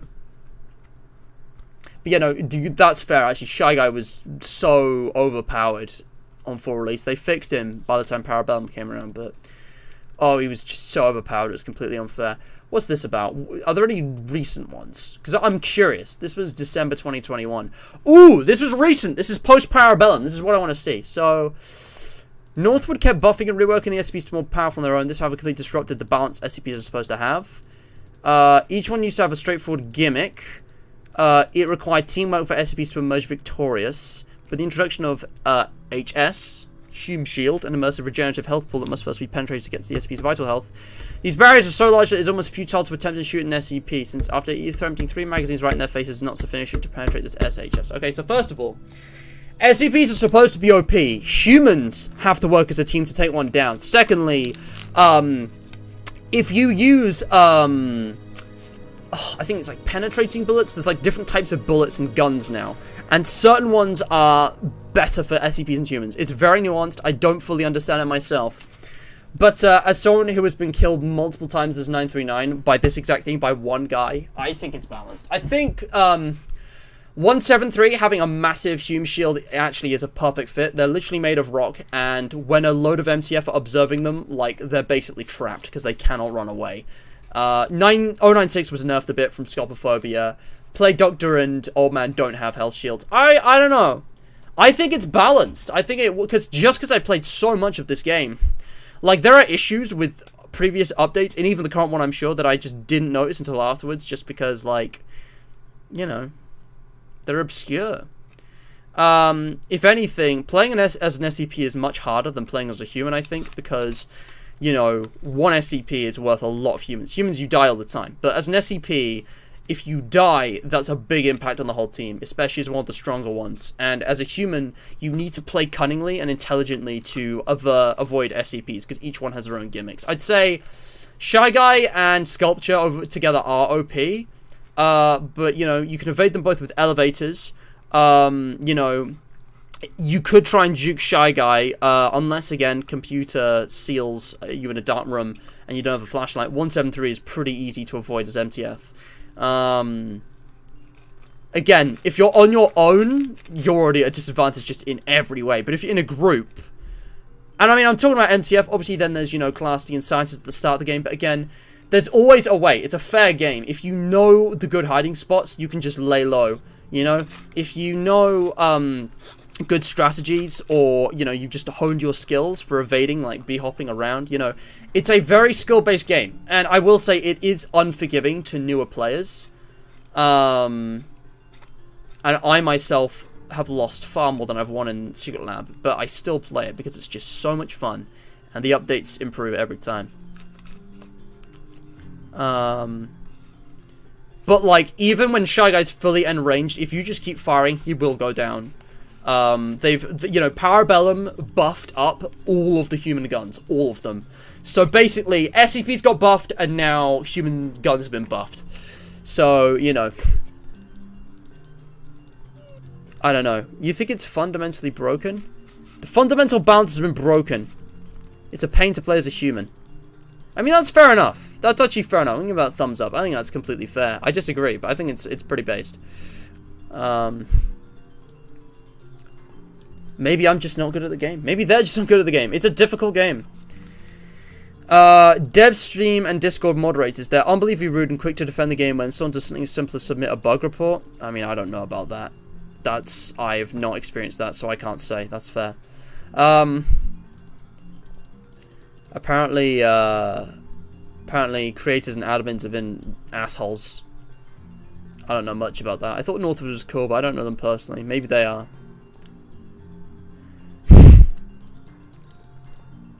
I have been banned. I know. I've been kicked and banned, I think, from multiple servers in the past, because I've pissed off moderators without fully understanding how or why.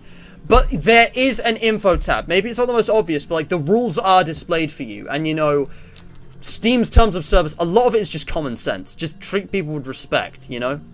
And if a specific server is a rule you don't like, play on a different server, you know? Holy shit, this is a long one. Oh my god. Okay, what...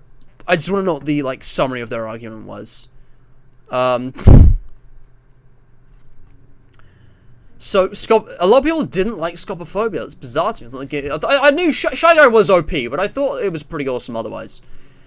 So the balance has been ruined. Mega Patch 2 was somewhat balanced. Definitely. Yeah, Mega Patch 2 is definitely balanced. The win conditions were unfair, though. They were always unfair until Parabellum. Parabellum's the best update.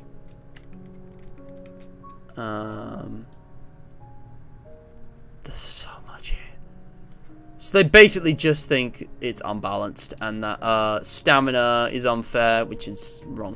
Trust me, stamina is really, really fair. They actually got that right, bang on right on release. Stamina is possibly the best thing added to the game, because what it means is that you have to play intelligently. Humans or SCPs, whatever threat there is to you as a human, you know. Managing your stamina is now like a huge part of playing the game. And, you know, it is possible, if you shut doors and you know how to juke properly, to run away from 939, the SCP that's faster than you, in loops for ages. I've seen some really skilled players pull that off. And obviously not everyone's like a mega pro, but like it is a skill-based game. You know? And you don't have to just keep running. There are lots of different ways to avoid SCPs and whatnot. If there's an elevator nearby, if you want to hide somewhere, you can use sneak to get, you know, escape 939, although I personally just... I suck at dealing with 939, you know, or even killing them, if that's feasible. But yeah, the spawn tickets are also pretty good as well. But yeah, I think Shy Guy is slightly OP, just slightly. I feel like it should be a little more difficult to look him in the face. He does have a cooldown though, where you can look at him in the face and not trigger him if it's like immediately after a rage, and that cooldown lasts like a whole 10 seconds. That's enough time to like kill him, or at least get rid of like half of his base HP. But yeah, apparently a dev responded here. We appreciate the detailed write-up. Scope of is very stable, but it's not balanced right now. Learn lessons from 096. Thanks for having so detailed. We do have hiccups, but we do want to make the game fun. Your input matters, man. That's awesome. People shit on the dev team when they come out with stuff like that? No way, man. They're probably talking about moderators of hosting specific servers rather than actual employees of Northwood, because there are lots of private servers. Also, the player base is like not the game. I'd say the same thing about Among Us, but this actually is not that toxic a player base, and I don't know how, because you'd think it would be, but I've not had much toxic experiences. In fact, I am enjoying this so much, I now want to go play SCP Secret Laboratory. Okay, so I think I'm actually going to end the stream now. We've been going for 2 hours. Do you guys want to look at me trying to find negative reviews of, let me look at this. Because there's never going to be an opportunity to do this in streaming. Do you want me to look at negative reviews for Pizza Sim or Bendy? Do you guys want to see negative reviews for those and see me try and defend them, or shall we just move on? You know, Bendy honestly has a lot of failures that I'd probably agree with, and Pizza Sim, like, you know, I've talked about FNAF endlessly, so, you know, my tier list stream is probably good enough for that. But yeah, let me just catch up with chat. But yeah, I wonder how long it takes to do a route of Doki Doki Blue Skies. I don't know what that is. But hello, Just Yuri! I remember you from my DDLC streams. Welcome back. How you doing? Just Yuri, what's your opinion on tagging DDLC as hentai? Honestly. Henry Stickmin Rule 34. No! I gotta get that bookmarked. Hold up. Carl, my man. Are you okay? Someone is down horrendous. I mean, Boba. It's Booba! Get it right. Time to add the hentai tag to Baldi. Oh, it's a joke? Looks like it's a job for me. He's calling the Polish government. Anyways. Nubert, I'll see you around, dude. Have a good one. Thanks for the QOTD. And I will be considering who won today's QOTD in just a moment. If you guys want a chance to win a shout out, linked in the description below. Just like today's charitable cause, Children in Need, which if you go donate to, link in the description, your money will go directly towards supporting youths in the UK who direly need support, who are suffering issues regarding mental health, poverty, disability, and even worse things like sexual exploitation and, you know, starvation, okay? Link is in the description. Check them out. I'm going to close the poll now. So have a go at the poll if you haven't already. And remember to leave a like, subscribe. I wasn't kidding, guys. 40 likes, and I will do a gaming smash or pass, leading with the DDLC characters. I will do it. But yeah. Cyborg Jadiel, welcome back. I don't know if I'm pronouncing that correctly, but welcome back to the stream. But yeah. I own this game and I didn't spend a penny on it. You got BB Plus for free? Wait, how? I have a potato and I could still play. What are people on about? I mean, the graphics are crap, but I guess you can. I don't know. I think it depends. When Scopophobia released afterwards for Halloween and Christmas, I physically couldn't run the game anymore because it said it does not support integrated graphics. It would just crash. It was only when Parabellum released I was able to run it again, and it was only because I had a new computer just before the release. So it wasn't actually Parabellum that fixed. It was just my new computer. But yeah. But yeah, 2 hour mark. Should show my meme on the stream. You know what, Carl? You're a good lad. If anyone has, you know, supported the Matt's Demis meme business and pummeled that and pummeled that and helped me just you know, avoid a brain aneurysm, it's Holly Jolly Carl. So shout out to you, my man. Let's see it. Nice! Love it. I feel like you should use an image of me, but then again, if people don't know who I am, that's a great introduction. I think that's a good one. I'm gonna download that one and keep that one after the stream. That's gonna be put on Matt's Demist at some point. So, exclusive little preview, guys. Oh yeah, DJ, I did. I forgot. Yeah, it was for your birthday. Yeah. All right, guys, that's the end of the stream. So, thank you so much for watching. Remember to like, share, subscribe. I'm gonna close the poll. It looks like the difference has changed a little bit. Today's QOTD winner is between Supersoul and Nuba. They were the only ones who gave answers.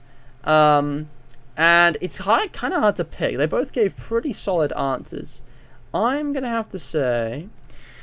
I'm going to say Supersoul. I think it's pretty close, but I like how he gave more detail on what this game isn't for and the kinds of DDLC players who won't prefer it. Real tough choice. It was close. You both gave really good answers. Okay, for some reason that didn't copy properly. But, guys, go check out Supersoul. He's linked in the description. He has a YouTube channel. He's made a UCN mod, and he's done some other video game and meme kind of videos. You should go check him out. Just go subscribe. See that for yourself. Thank you for the poll. Looks like Natsuki is the most popular DDLC character in my live chat at 35%. Monika's closely behind, tied with Yuri at 29%. And poor Sayori at only 5%. Sayori's like the best one. She's just an innocent bundle of sweet beanness. She's like the childhood friend you can trust and rely on. I guess she did kind of manipulate the protagonist into being her boyfriend or she'll kill herself, but then she killed herself anyway because of Monika's manipulation. Kind of sad, but I gotta say, I'm really surprised as well, because Natsuki is most similar to Sayori, so, you know, the fact that Monika and Yuri were tied higher, I don't know. Bit strange, but, you know, you start your opinion. My favorite, honestly, is probably Yuri, just because I relate to her the most. And also, Booba. I'm kidding, but I know people will say, you know, they always do, because a lot of people who play DDLC are actually weebs who were there because they like anime, not, you know, for everyone else. But anyway, yeah, I guess you guys aren't fussed about this. I might look up some negative reviews, but then again, do I really need to? I've heard plenty from those games already. Who knows what other games in future I may or may not do a review of. I never reviewed Kindergarten 2, and I 100% in this game, so I probably should, but I'm never going to stream this, because I already did a full playthrough after watching 8-Bit Ryan do a full playthrough. Did I never play the first one? I'm actually not sure.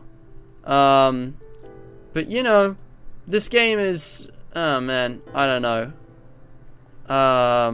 It's... I mean, this game is popular.